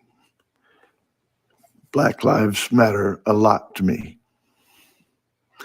My name is Bob James. I'm a white jazz pianist and composer, and Black lives shaped my life. Black lives gave me a career. Black lives created the music that captured my heart. Black lives encouraged me. Black lives welcomed me into their unique indigenous jazz art form. Jazz was a Black art form when I became obsessed with trying to learn it. And jazz is still and will always be a Black art form. America is very lucky to have it. I feel very fortunate to have been accepted as a participant, a contributor. Early on, I remember thinking that the real jazz community was kind of a sacred, closed world. White folks better beware. But amazingly, Black lives in the jazz community let me join in. They could have pressed a knee into my neck, but they did not. They welcomed me. And now let me pause this. So again, this is Bob James And so we might have been sampling Bob James records, but Bob James was playing foundational Black American jazz music, right? Bob James being white isn't any more significant than Kool Herc being Jamaican. Kool Herc is Jamaican. He's one of the early pioneers, godfather of hip hop and all of that. But he was participating in Black American culture. Bob James is white, but he was participating in Black American culture. And listen to what he said. He remembers when he thought he wouldn't be accepted in the jazz community. He thought it would be dangerous for a white man to try to enter into the jazz community. And amazingly and surprisingly, he was embraced and he was accepted. Now, why did he initially think that he wouldn't be accepted and that it might even be dangerous for him? He thought it could possibly get violent with him trying to be a part of the jazz community. Why did he think that? Because that's a projection from his own culture. As a white man, he understands that if white people came up with something as magnificent as jazz, that they would never let Black people be a part of it. That it would be dangerous for Black people to try to become a part of something that white people created that was so beautiful and magnificent.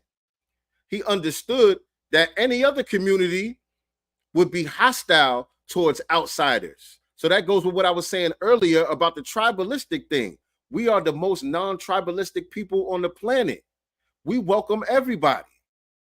He was surprised. He was like Christopher Columbus. Damn, these people are so welcoming. I thought they would be violent towards me. He was shocked that we embraced him. Why? Because most other groups don't do that. Most other groups don't do that, especially when they have something so precious, something so extraordinary. They're not letting nobody else in on that. They're going to keep that to themselves. And so people who are upset about us claiming our thing,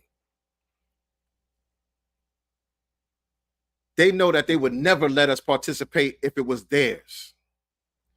If it was something that they created, they would never let us participate. We would never be welcomed in. And so what happened after we welcomed Christopher Columbus and them in?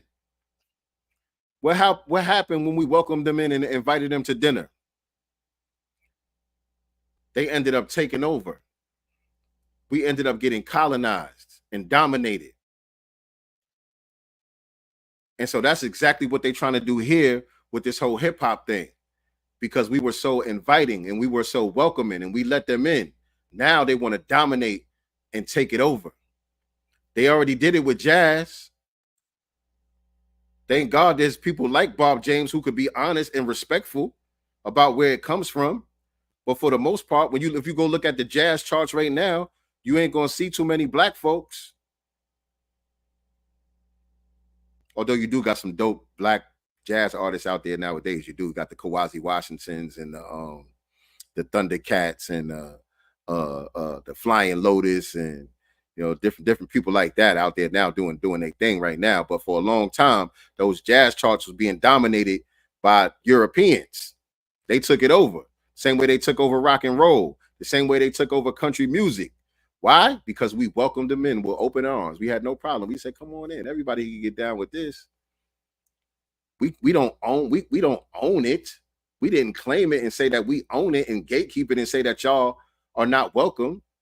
We said, no, this is for everybody. This is a universal culture. And they're like, oh, wow, these people are friendly.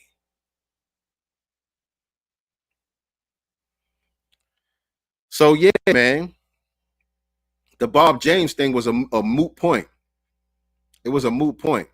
Shout out to my brother Black Dot. Shout out to my brother Malcolm.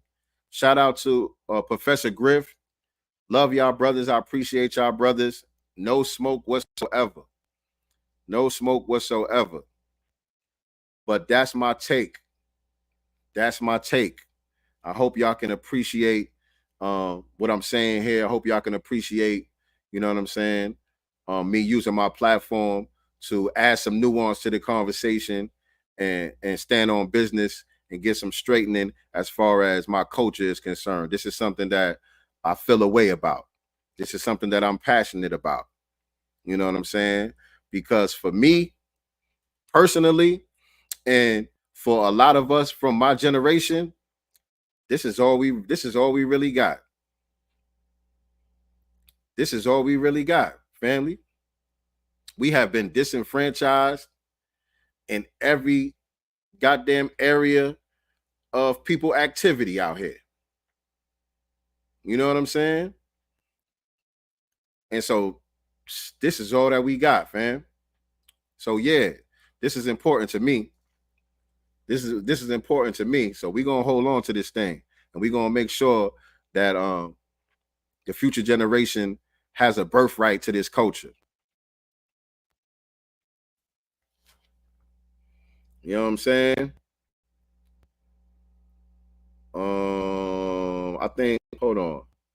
Let me play a little bit more of Bob James before we get out of here. And I see it freezing up a little bit. Let me close one of these.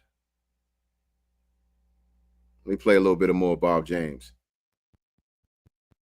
Been on his shit almost 3 hours. And made it possible for me to live my dream, to play jazz in their world where I was a minority. So I've lived a musician's life, surrounded by, nurtured by, and supported by Black lives. I'm proud to report today, June 8th, 2020, that I have zero regrets, only gratitude and love. Love for Black lives. Black friends make me feel relevant. Black musicians enrich my life. Black fans support my music. They applaud at my concerts. Sometimes they even shout out, "Go Bob," to give me confidence. They greet me warmly at the autograph table, buy me a drink at the bar, invite me to their homes. Black lives. So that's us, family. That's who we are. That's who we are, family. You know what I'm saying? That has been a part of our rich, unique culture. But we have to understand that everybody is not going to be as respectful and as appreciative as Bob James. And so therefore, unfortunately, we have to shift a little bit when it comes to that. You know what I'm saying? We got to correct ourselves when it comes to that. We got to be a little bit more militant about gatekeeping our culture and just respecting ourselves enough, because part of it is of us not having enough respect for ourselves as a group. Part of it is that, and another part of it is we don't really think much of these things that we create and the things that we bring to the table. We don't even see the value in it. They tell us it's some nigga shit, it's some Jungle Bunny shit, and we believe it. We believe that. We believe it's just some nigga shit. Oh, niggas just spinning around on their backs and shit. That's some nigga shit. I don't know what they doing out there. That's some jungle shit.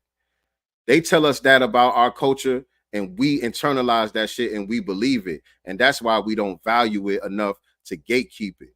That's why we say, well, shit, you can come do it too. Come be a nigga with us. You know what I'm saying?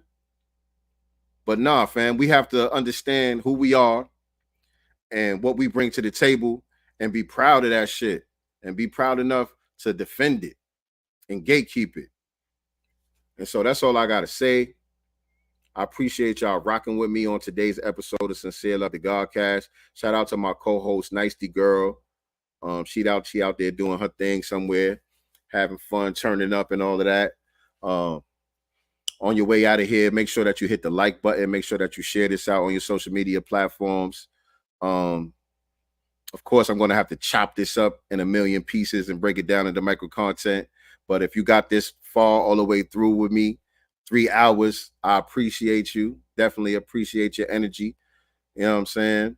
If you're watching this on the replay and you watch the entire thing from beginning to end, shout out to you as well. I appreciate you. You know what I'm saying? But I'm going to break it down and chop it up and repost it and repurpose some of the points that were made here.